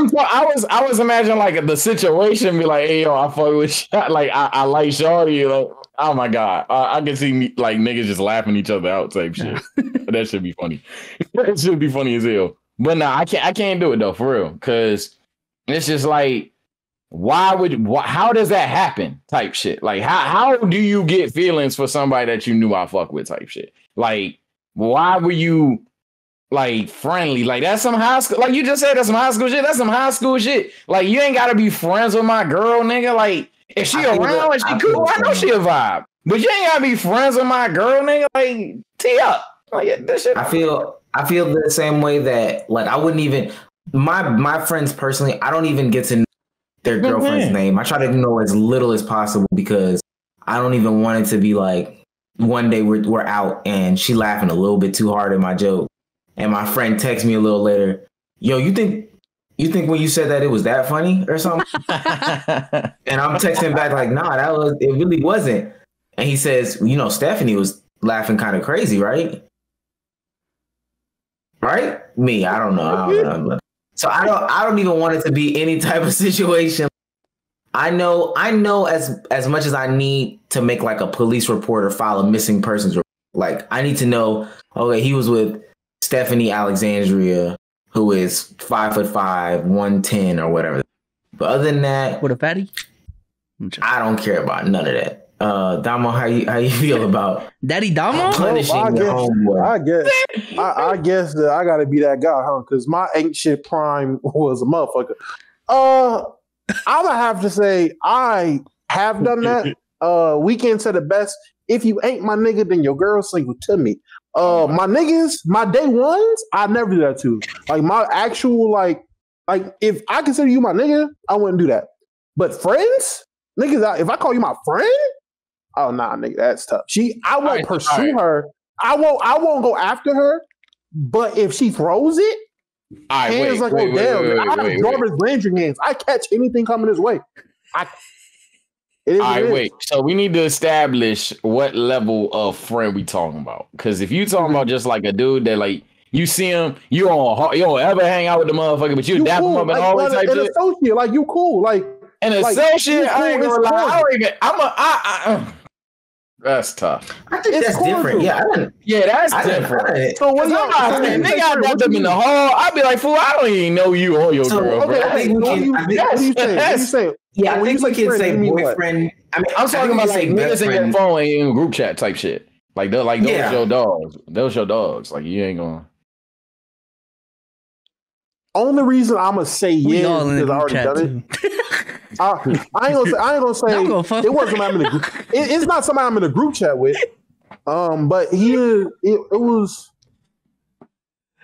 somebody I was like, that's my dude. But they was broken up. It was his ex, and she was kind of, really like coming at a nigga. And I'm like, look, I'm not gonna. I ain't gonna lie to you. Like I ain't gonna be around the bush. Yeah, nigga, I'm gonna do it. Yeah, I'm gonna do it. I'm a dog, nigga. I ain't gonna lie to you. I'm so big dog. It has to be like your best. It has to be your best friend, is what you're saying. And you gotta be my nigga. Like if you my friend, that's tough. Your girl come at me, nigga. If she throws it, I'm catching it. But if you my nigga, I'm not gonna do that. Nah, that's like you would change underwear with them. What? Okay, so for example, that's standard. For example. Let's fast forward like 3 or 4 years, right? Right. Like Sage, Omar, Souls. Y'all my niggas. We wouldn't do that. Right. Cardiac, you are my friend. 3 years from now, your ex throw it at me. Odell one hand. I'm just like, that's Brody said. Niggas, it's an aggressive catch, stupid ass. Yeah, I'm punishing Cardiac's girl too, off the strength though, just to teach him a lesson. Like off the lesson. On some. I don't even want to type stuff this like is for Cardiac. Yeah. Real quick, I'm cracking. You go. You said real quick, nigga. The chat, the mods in chat just did a poll titled "Bussy is Bussy," right? Hey, how you bringing this up? Wait a minute. It just threw me off, man. Hey, get somebody up. Why are you rewarding that? First of all, can I please say chat? I clearly said fast forward 3 to 4 years. He said fast forward 3 years. Like, yo, chill out. Y'all are tripping right now. Y'all tried it. Okay. I clearly said fast forward 3 to 4 years, my G. I preferenced it with that. I said fast forward 3 to 4 years. Come on, chat. As the 4K master, I ain't gonna lie, the cameras off. I ain't. They're like, Jesus. He was doing tasks. He was doing tasks. Popping twin. So, baby, I guess. Hey, I need to stop. What's up with you? Nah. You want to the stuff we did last summer, Miracle Man? The stuff we did last summer, I'll never tell. Bro, what is happening today, bro? It's a real question. Yo, what is this? What's happening? Go ahead. So we're asking questions. Okay, cool. I probably could have asked this like last pod, but I mean, it's still kind of relevant because it's still kind of happening. What's your thoughts on like the baby shit? Or if you don't want to answer that, like, what's your thoughts on like cancel culture and shit like that? Let me go ahead and answer first because the baby's not in the wrong. I don't think he should apologize. What he said was not wrong at all. Niggas is being super sensitive. And we're talking about the baby. We're talking strictly the baby's comments at Rolling Loud, right? Not the shit he said after. The shit at Rolling Loud. If that's what we're sticking on, that shit there was nothing wrong with what he said at Rolling Loud. Now, afterwards saying, if you don't know black, now trying to relate that to just black culture or whatever, that's different. I'm not going there. He just kind of dug himself in a hole with that shit. But the initial comments on stage saying, put your hands up if you HIV positive, put your hands up if you ain't giving top and that's not what he said. That's not what he said. That is what he said. That's what he said on stage. What did he say? Oh, that's not what he said. What did he say? What did he say? Remember TOS too. Yeah, I remember it being like, why did he say it? I don't think that's what he.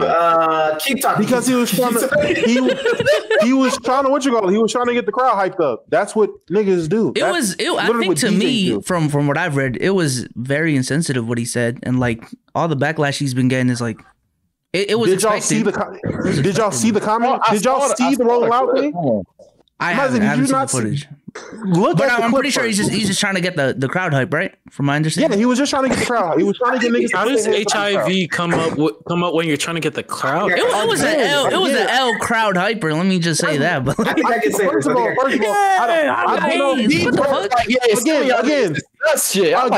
I don't know how many of y'all have been to like live shows and performances. Like that's literally something DJs and performers do. Like that's been done for years. Like you can go back to like the 80s, 90s, early 2000s, 2010. Like that's literally a known thing. Like plenty of DJs do that exact thing. Put your hands up if you know you STD free. That's a real thing. Because you're just trying to get people to interact. What did he say, Omar?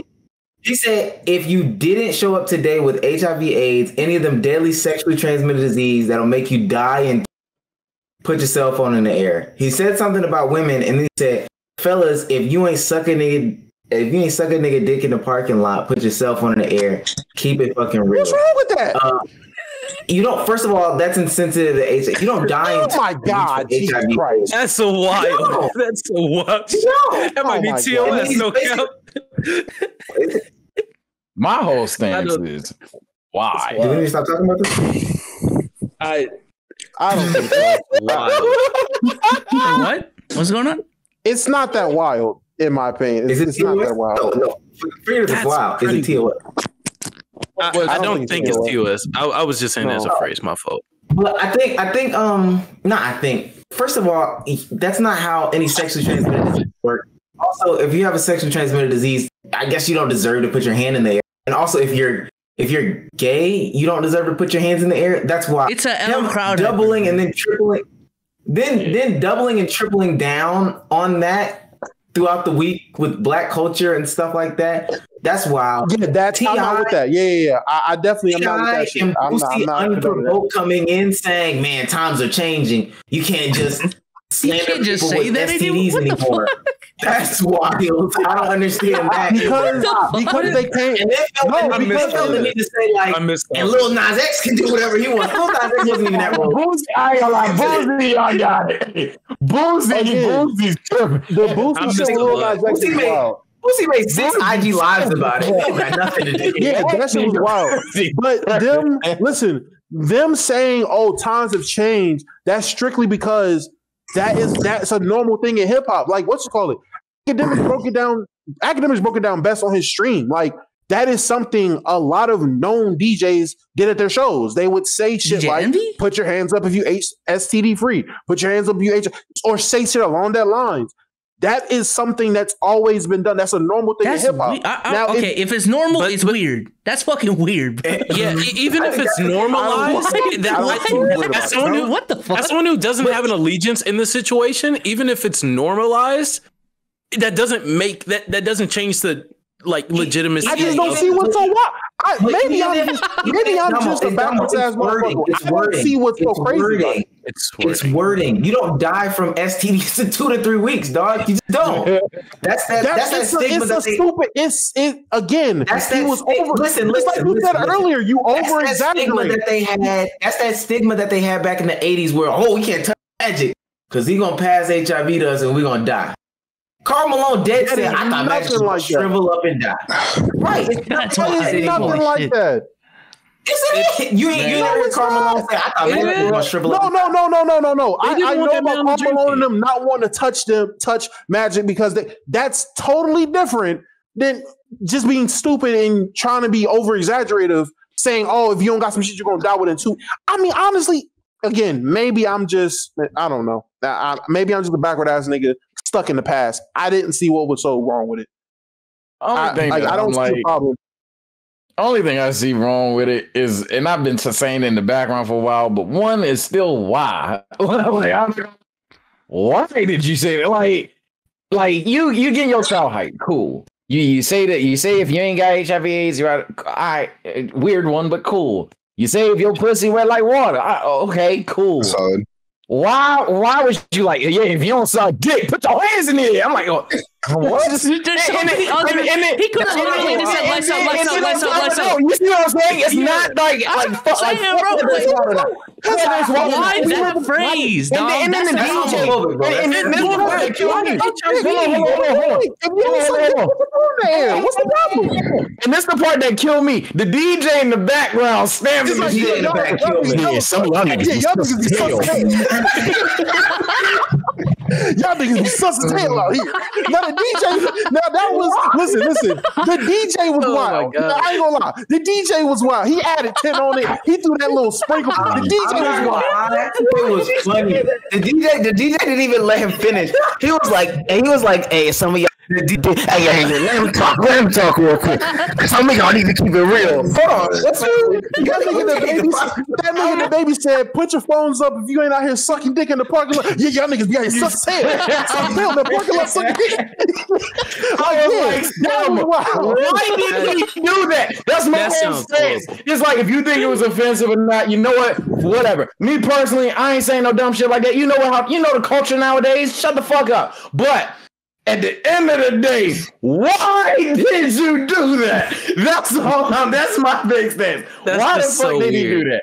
Why? I've been to concerts before, bro, and they've gotten the crowd hype by literally just saying lights out, lights out, lights out, lights up, and then the crowd will get fucking hype. And then there's other ways. Juice WRLD. Who'd you go see? Juice WRLD. Juice WRLD. Yes. Who was the DJ? I don't know. You don't know. Cool. Who else did you go see? Who else did you go see? Travis Scott. Travis Scott. Who was his DJ? I don't know the DJs. No, I'm sorry. I'm sorry.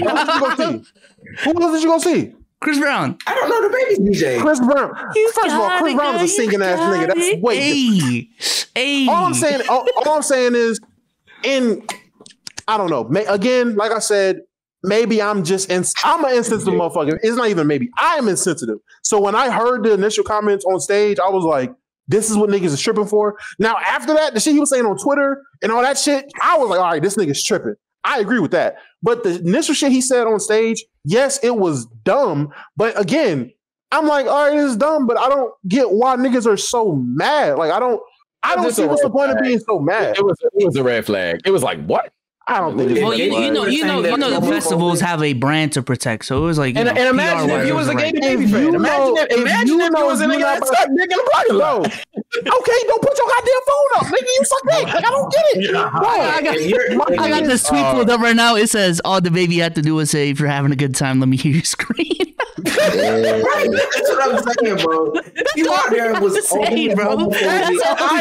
I'm glad me and B Souls are like that. That's all I'm saying. Why did you do that? I'm not saying, yo, everybody needs to go out there saying that. I get that. You could have said so many other things. I understand that completely. Right. I do agree it was dumb to say. I'm not saying it wasn't dumb. But what I am saying is, I just don't get why people are so triggered and ready to flip out. If you know you're not about to die in 2 to 3 weeks over STD, who the fuck cares? If you feel it's okay, at the end of the day, I don't suck dick. I don't care. Like it's that's the point. You don't care. Some G shit. One of my friends who's gay, he took mad offense to it, and I think that's where it's just like, look. That's what I'm saying. But this is what I'm saying. If you offend a group of people, regardless of if you can't see if it was offensive, you gotta be like, all right, let me step back. Why are you offended? Like, what did I say that actually? Because you're gay. That's why you offended. Because you're gay. That's why you're offended. He knew about the HIV/AIDS. I'm just saying the backlash is justified, bro. It is what it is. Specifically given the climate. In regards to just the cancel culture question, I mean, the only gripe that I got with cancel culture, because I admit, the only thing is it's just like, I feel like there's a sense that people are eager to end people. Yeah. That's the only thing. Like, cancel culture, I think some people like downplay it way too much, saying, "Oh yeah, it ain't shit, yeah." No, motherfucker's weird. If a motherfucker's weird, we can't just live through it because they're weird. They're weird. But simultaneously, we can't act like people ain't human and they have to be the perfect model. That like they have to do some shit that like you would never get caught up doing. Essentially, like if you've been arrested before and you were famous, or are you supposed to lose everything you've ever had in your life? Now, obviously, if it's there's limits to it. If it's something like 445 timing, if you've taken someone off of the planet. Yeah, get the fuck away. But simultaneously, if you just got arrested and for some reason they were like, oh yeah, cancel that motherfucker. He got these charges. You ain't even heard the motherfucker speak or defend for himself. I'm just like, you're a bit eager. But outside of that, cancel culture it's not like valid because I just think there's just a part of cancel culture essentially where it's like a couple people that's just like, you do this one thing quick, bam, you gone, bro. I think it's a bit too eager, but outside of that though, it has a place. I think historically it's because people have just been nasty as human, and stuff has just been swept under the rug and slid to just get people with accusations and stuff like that. Because what I will say is, if you're a decent human beings generally don't have accusations. Yeah, they don't get canceled. Decent human beings don't have to worry about, you know what I'm saying, a woman coming. I personally don't ever have to worry about a woman coming out saying, or somebody saying I said something racist, because it's not that hard to not be disrespectful or, evil or violent towards women, or say anything racist. Yeah. It's not like crazy hard. Exactly. So where there's a thought where there's smoke, there's fire, which holds some credence. Cuomo's caught up right now, like 10 allegations, and somebody might say 10 is crazy, but then again, that's me. There's another governor somewhere else that doesn't have any allegations, never has, never will, but people are just ready because historically speaking, some of this stuff is just swept under the rug. But ultimately, cancel culture to me isn't real. It only goes so far, but people are still outside of Chicago's jails talking about free R. Kelly, and people still praise Thomas Jefferson. Agreed. The impact of cancel culture is overrated though, because it really does. A lot of people are cancel people. I've only seen a few people who have been through cancel culture essentially that were like permanently canceled. Like Omar said, people are still out there screaming free R. Kelly. I guarantee there's some people on 445 website. It's what is that? Don't even worry about it. What you call it? Even OSN, even the OSN shit. Like I was expecting backlash like a motherfucker. Niggas just didn't care. Like niggas he didn't apologize. Damn. He didn't address it. He was just like, I'm gonna just react to this Laker news, nigga. Like no one cares. Hey, you know what, Damo?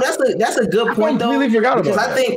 I think the people that are like so about culture, cancel culture, have somehow in a different way built up these people that are so anti-cancel culture to the point where they weren't even addressed. Like, OSN on video, right. And it wasn't even like a woman on video. Like clearly, I think it depends on the brand of the person too. Okay, I completely forgot that happened. Oh my god, it wasn't even like maybe I need to see another angle. No, he said.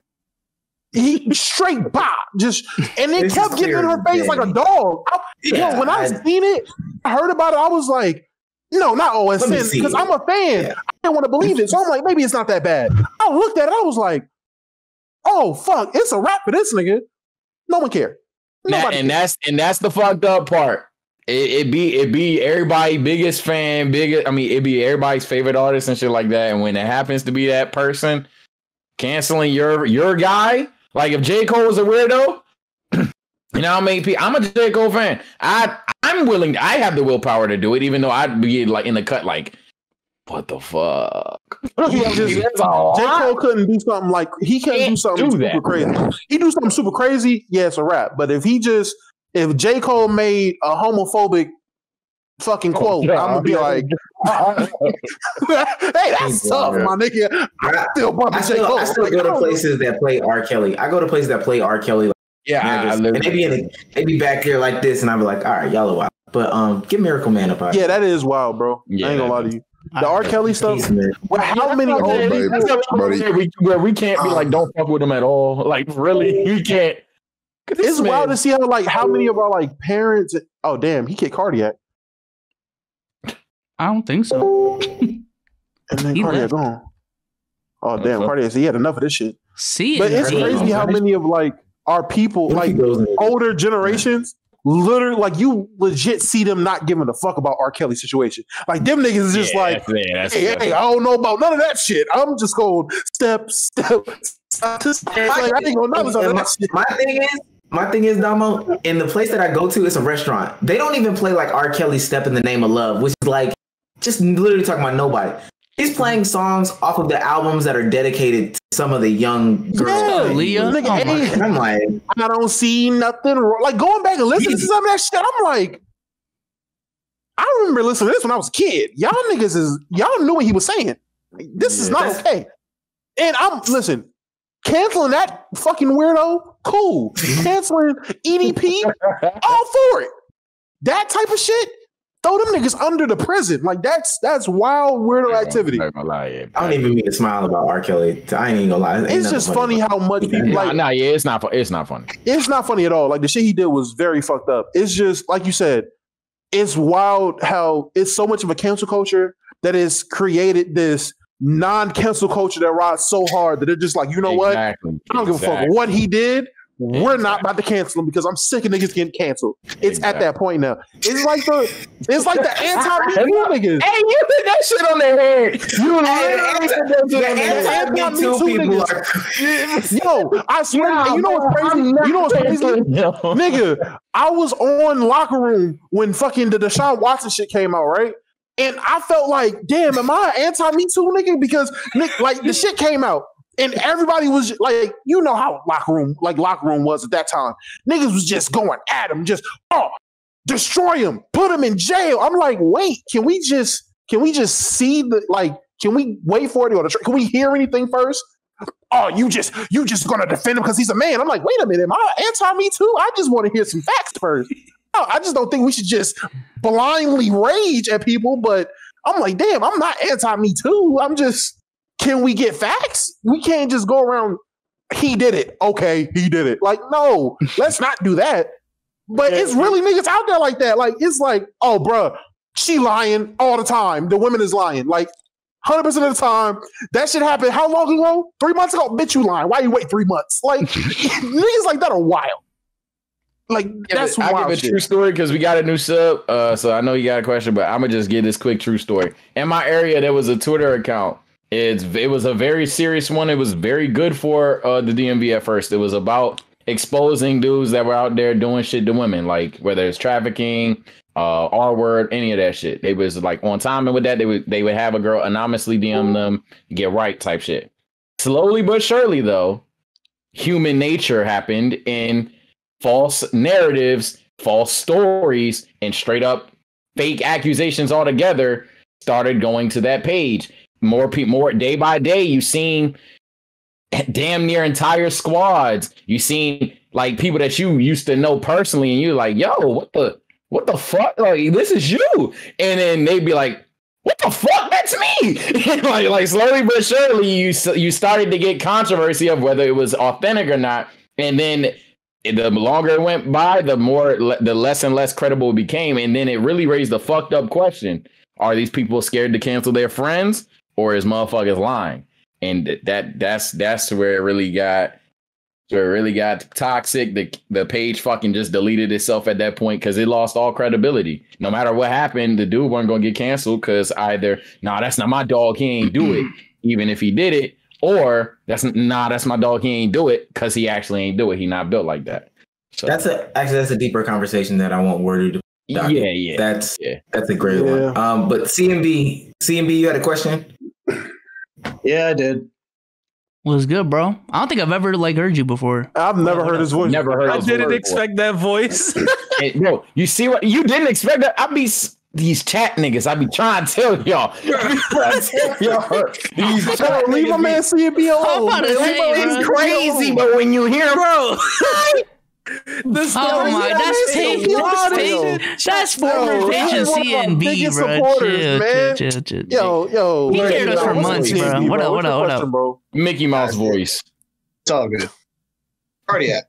I know you saw the prediction at the start of the show. I need an answer. Their actual. I did not see that. You got a boyfriend or don't you? Answer the fucking question. I'm not gay. What are y'all talking about? A yes or a no. I need a yes or a no. No. All right, thank you. He just want to know if you interlock. Is that what he came here for? W question. I hate that. Literally it. That's literally. I hate. Appreciate it. W question. I hate chat. I hate chat. All right, we're gonna bring in one more. We're gonna bring in one more because we're closing out on W question. Emote only for the rest of the stream. Emote only. Bezos, give me two words real quick. Give me 2 words. 2? Yeah, 2. Oh, 2 words. 2 words. PS5 and Lonzo Ball. That's easy. You want me to break down the science? That's what you said. So yeah, let's break down the science. You got a PS5, right? Right. But what does that really mean? PS5s take fathers away from their kids, taken away from with the distraction of the video game and everything. So when the kid comes in, he really PS, I'm 5. Right. You feel what I'm saying? He's trying to remind you to get back to being all in the family. Right. You know what I'm saying? You might want to go outside, throw a football, play a little basketball. He wants you to be all in the family. He wants you to be ball in the family. Mm-hmm. You see what I'm saying? I see what you're saying. I see Damo trying to figure it out. So we talk about going on right now? That's what I'm saying. So when you see you don't see it. When you talk about ball in the family and you tie it all together, he wants you to be like LeVar Ball, who had 3 sons. You see what I'm saying? Him and his wife, 5, PS5. He had 3 sons. Oldest one being Lonzo Ball. Ladies and gentlemen, that is our new segment of every pod, the Connect the Dots segment. What are you talking about, bro? Where we give Omar 2 words. I thought I was high for a second. I ain't gonna lie to you. I'm not gonna lie. I had this. That's specifically for TikTok. My brain up. He was fucking my brain up. I said, "What the high?" I know, and most people don't see those. Bruh. It's a small world. It's a small world. Small world. Oh, small world. Teeny. Small world. Adams. Yes, he's 5. Go ahead with your question, Dot. That's too many vowels together. Bro, Saud. I appreciate the gifted subs, by the way, early in the stream. Bro, no problem. But my question was, where do you draw the line on loyalty? So, like, there's players when they leave, like, their organization, they get backlash, and it's like, oh, shit, you left your team down, you know what I mean?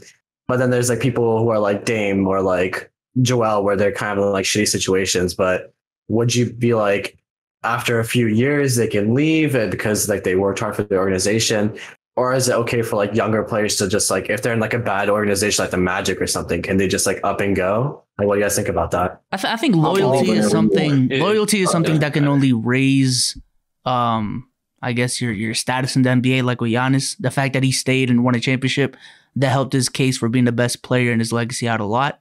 But if you want to leave a team because you don't feel like it's the right situation for you, I think at this point in the NBA, that's perfectly fine, and it should have been this case earlier on, especially when players can get traded literally in like what, a 2-day notice, even that. Like Mars got traded during a game. During a game, it literally was sitting on the bench. Not on your team anymore. Yeah, like sitting on the bench, watching a team like literally just sitting there like this with the header below him was just traded before the game. I'm like, nigga. Y'all be telling motherfuckers to be loyal and shit when they do y'all like that. They had this motherfucker playing 18 minutes a night, said, don't play tonight. Why? He sits on the bench, and there you go. Like, bro, Russell Westbrook finds out shit like we do. Some of these players, I know some of these niggas lying, but some of these players probably dead ass. Like, they get the Wolves bomb, I'm traded? Like, bro. He found out he got traded to the Pelicans during an all-star interview. Like, you heard him being interviewed. You see the nigga ask, so how do you feel about New Orleans? And the motherfucker came, stopped him, was like, hey, well, before you answer that, hey, nigga, you just got traded to New Orleans.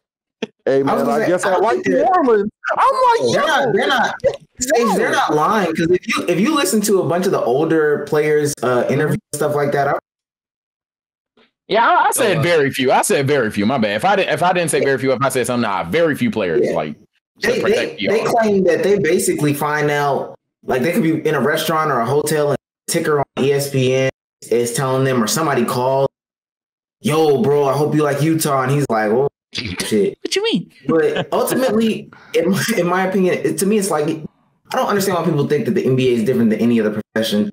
Why would you ever look at somebody and say, like, you know, if they left their job of FedEx for 5 years, you wouldn't look at them and say, whoa, bro, it's not loyal.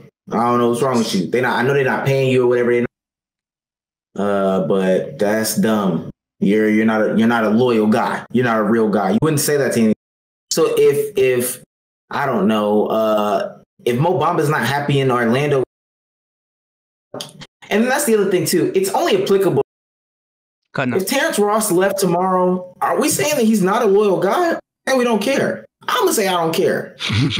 I'm gonna go a step. Tomorrow. I'm gonna go a step beyond even Bezos, because he said that if you do stay low, then that's a plus. So we can look at Giannis and be like, oh, he stuck with them for 8 years. We can look at Kobe. Oh, yeah, you requested a trade, but inevitably it was 20 years. I don't give a fuck about that shit. If you stayed on one team for 20 years, through the hard times, through the low times, I don't care, because earlier in this same episode, me and Omar we're basically saying, hey, Warriors, trade James Wiseman. This man played 35 games in the NBA and is 21 years old.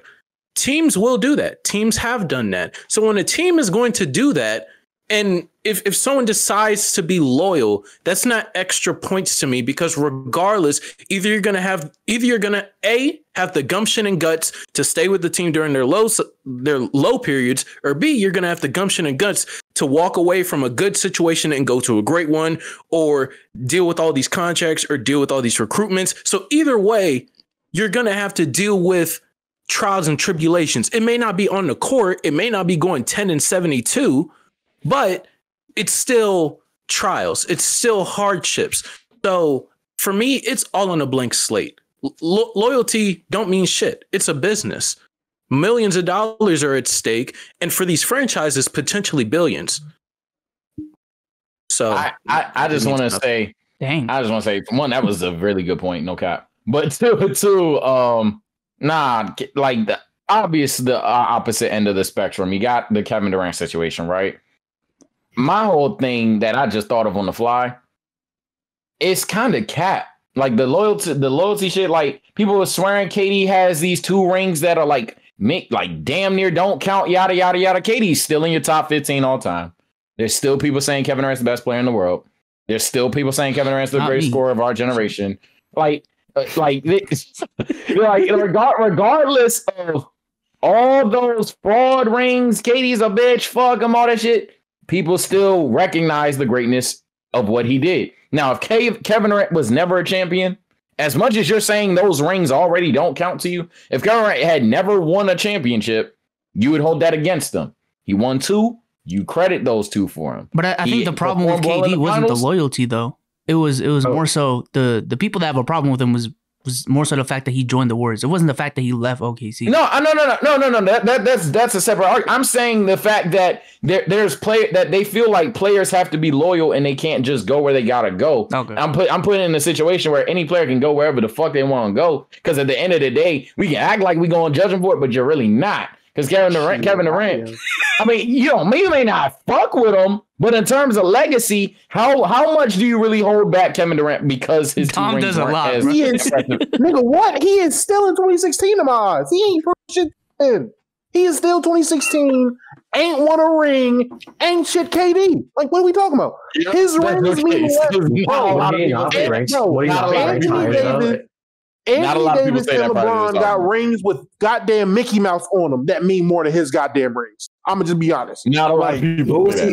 But not a lot of people say in the grand scheme of things, though. Prior to this conversation, obviously you're gonna have people in chat. I would say that. Like, no. Prior to this conversation, not a lot of people say that. People was talking about KD being the best in the world, top 15, arguably higher. Yeah, most talented. But would he not be ranked higher if he won those ranks in OKC? You see the debates. I would rank him way higher if he won in OKC for sure. Where would you really put him? If he had 50-50 splits in the finals, wearing a Warrior jersey. Kevin Durant did what he did in the finals in OKC. Oh my God, he'd be ranked much higher. Not even that. It's much higher. I think that's cap. I'm not gonna lie. I think that's cap. I think that's cap. If KD went to the Raptors, I think that's cap. Like let's not even say the Thunder. If he left, but he went to Toronto, or he went to Washington, or he went to Boston, or he went anywhere else other than the Warriors, who already won a championship, I guarantee you, people would have him at least, without a doubt, outside the top 10 right now. They already do. Without a doubt. Where he is now. That's where he is. No. When I say outside the top 10, I mean like where 11. Motherfucking niggas got Kobe at, like 11. Yeah, but like the only motherfucker right now. Yeah, but the only motherfucker that like when I say KD top 15, KD's typically not on the outer edge of that 15. You know what I mean? Like people say Curry, KD, back and forth type shit. I got both of them over Will. Kobe. How about that? I guess Kobe because I put him over Curry. But that's what. So what I'm saying to you. What I'm saying to you is that much. Like in the grand scheme of things, he ain't moving that much. What I'm saying to you is everything that Kevin Durant did, we did. You cannot sit here and tell me to my face if we're at a park and I know it got these top 15 guys and we got Kevin Durant, you're gonna select Larry Bird over him. Like you just can't tell me that. Shit. And you're not gonna look. You're not gonna look at KD and say. You're not gonna look at KD. Why'd you pick on Bird, bro? You could have said Dave Cowens or some shit. No. Like, if we were at a park, if we went to a park, like Omar said, if we went to a park, we had the top 15 players in Kevin Durant, and everybody went in time machine, went to their prime selves. I guarantee you, out of all 15 of them niggas, I'm taking a good 14 before Kevin Durant. That's silly. But here's the thing. Here's the thing about maybe 13. Even if you do that, Dom. Even if you do that, in the grand scheme of things, you're one nigga with a backwoods hoodie in his house. Kevin Durant don't give a fuck. The greater basketball community don't give a fuck. At the end of the day, there's always gonna be people like that. There are people that's like, oh, Kobe's not top 25. Dumbasses. Not saying it. Well, granted, to an extent, yeah, I am saying this shit. But okay. But there's always gonna be a minority of people. Hey, watch your mouth. Watch your mouth. Hey, I'm just saying, there's always gonna be pushback, regardless of what these players do. So why be loyal? Why give a fuck about who you lost to when, if we look at it, it was basically the Spurs or the Warriors if he was going to go to if he left. And why would you stay with a loser who Dom isn't a fan of the Lakers now because of that? And if he goes to the Spurs, people are like, oh, you joined LaMarcus Aldridge, a dynasty winning coach, and Kawhi Leonard. It would be the same shit. Who cares? But if you think so, what is the knockback he goes to the Raptors, Cardiac? What's the pushback? The Raptors weren't. He goes and wins with the Raptors. What's the pushback? Yeah, the Raptors are better than the Thunder. They weren't on the table, though. They weren't on the table. We know the teams. It was the Clippers, the Celtics, the Spurs, the Warriors, and the Thunder. And he met with the Wizards to give them a happy day. Like, yeah. No matter what happened, he would have backlash. What I'm saying is, again, that 15-man lineup. You line those 15 guys up, and let's say you don't pick Kevin Durant. You're not telling them, yeah, dog, and as you switch organizations to the Warriors, you weren't loyal to OKC. You're dumb if you say that.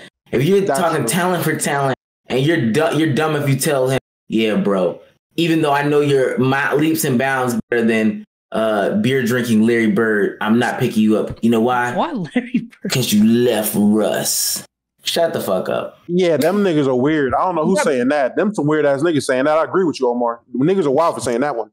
But when you're picking, like, that's what I'm saying though. But that's what I'm saying though. Oh, let him oh, my fault. He said something. I couldn't hear. Yeah. But when people are picking like all-time players to talk about greatness, like that's the thing. But if you're talking about best players of all time, obviously you say KD. But do you think his greatness is different based on loyalty? Like, if we're just talking about best players, I'm taking Luka over Larry Bird. But like greatness, well, you are taking Luka. Oh yeah, for sure. Greatness is so subjective because I don't think the segregation rings matter. Bill Russell matter. So I don't understand the greatness conversation is a dumb conversation because again, if Melo gets drafted to the Pistons, he might be in this conversation for greatness. So it's all like everything just has to go so right and everything like that. I don't care about the greatness conversation. I'm talking about best talent.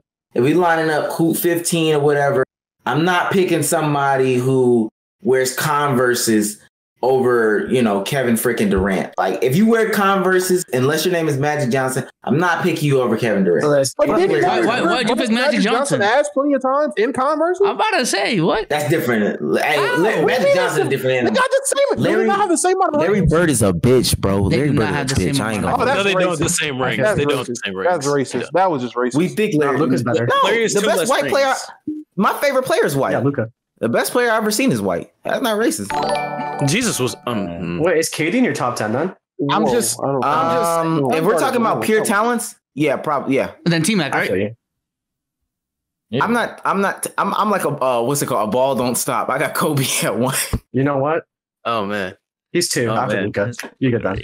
It's shit. Kevin Durant is not 2 after Luka. No, I'm talking about Kobe. Kobe? Yeah, number 2. Kobe's what? Kobe's what? Wait, skill? What are you talking about? Skill wise? No, like if I was to take any player to beat anybody, Luka number 1, number 2 Kobe, easy. Kobe beef? Oh my god! No, Bean Bryant. Jelly Bean is dead. I don't know. Jelly Bean Bryant? Hey, he dead. Hey, listen, bro. Listen. Hey, Kobe dead, bro. I don't know how you gonna beat anybody. You beat Kevin Durant either way. Jeez. Hey, B-Souls, get him out of here. Get him out of here. Get him out of here.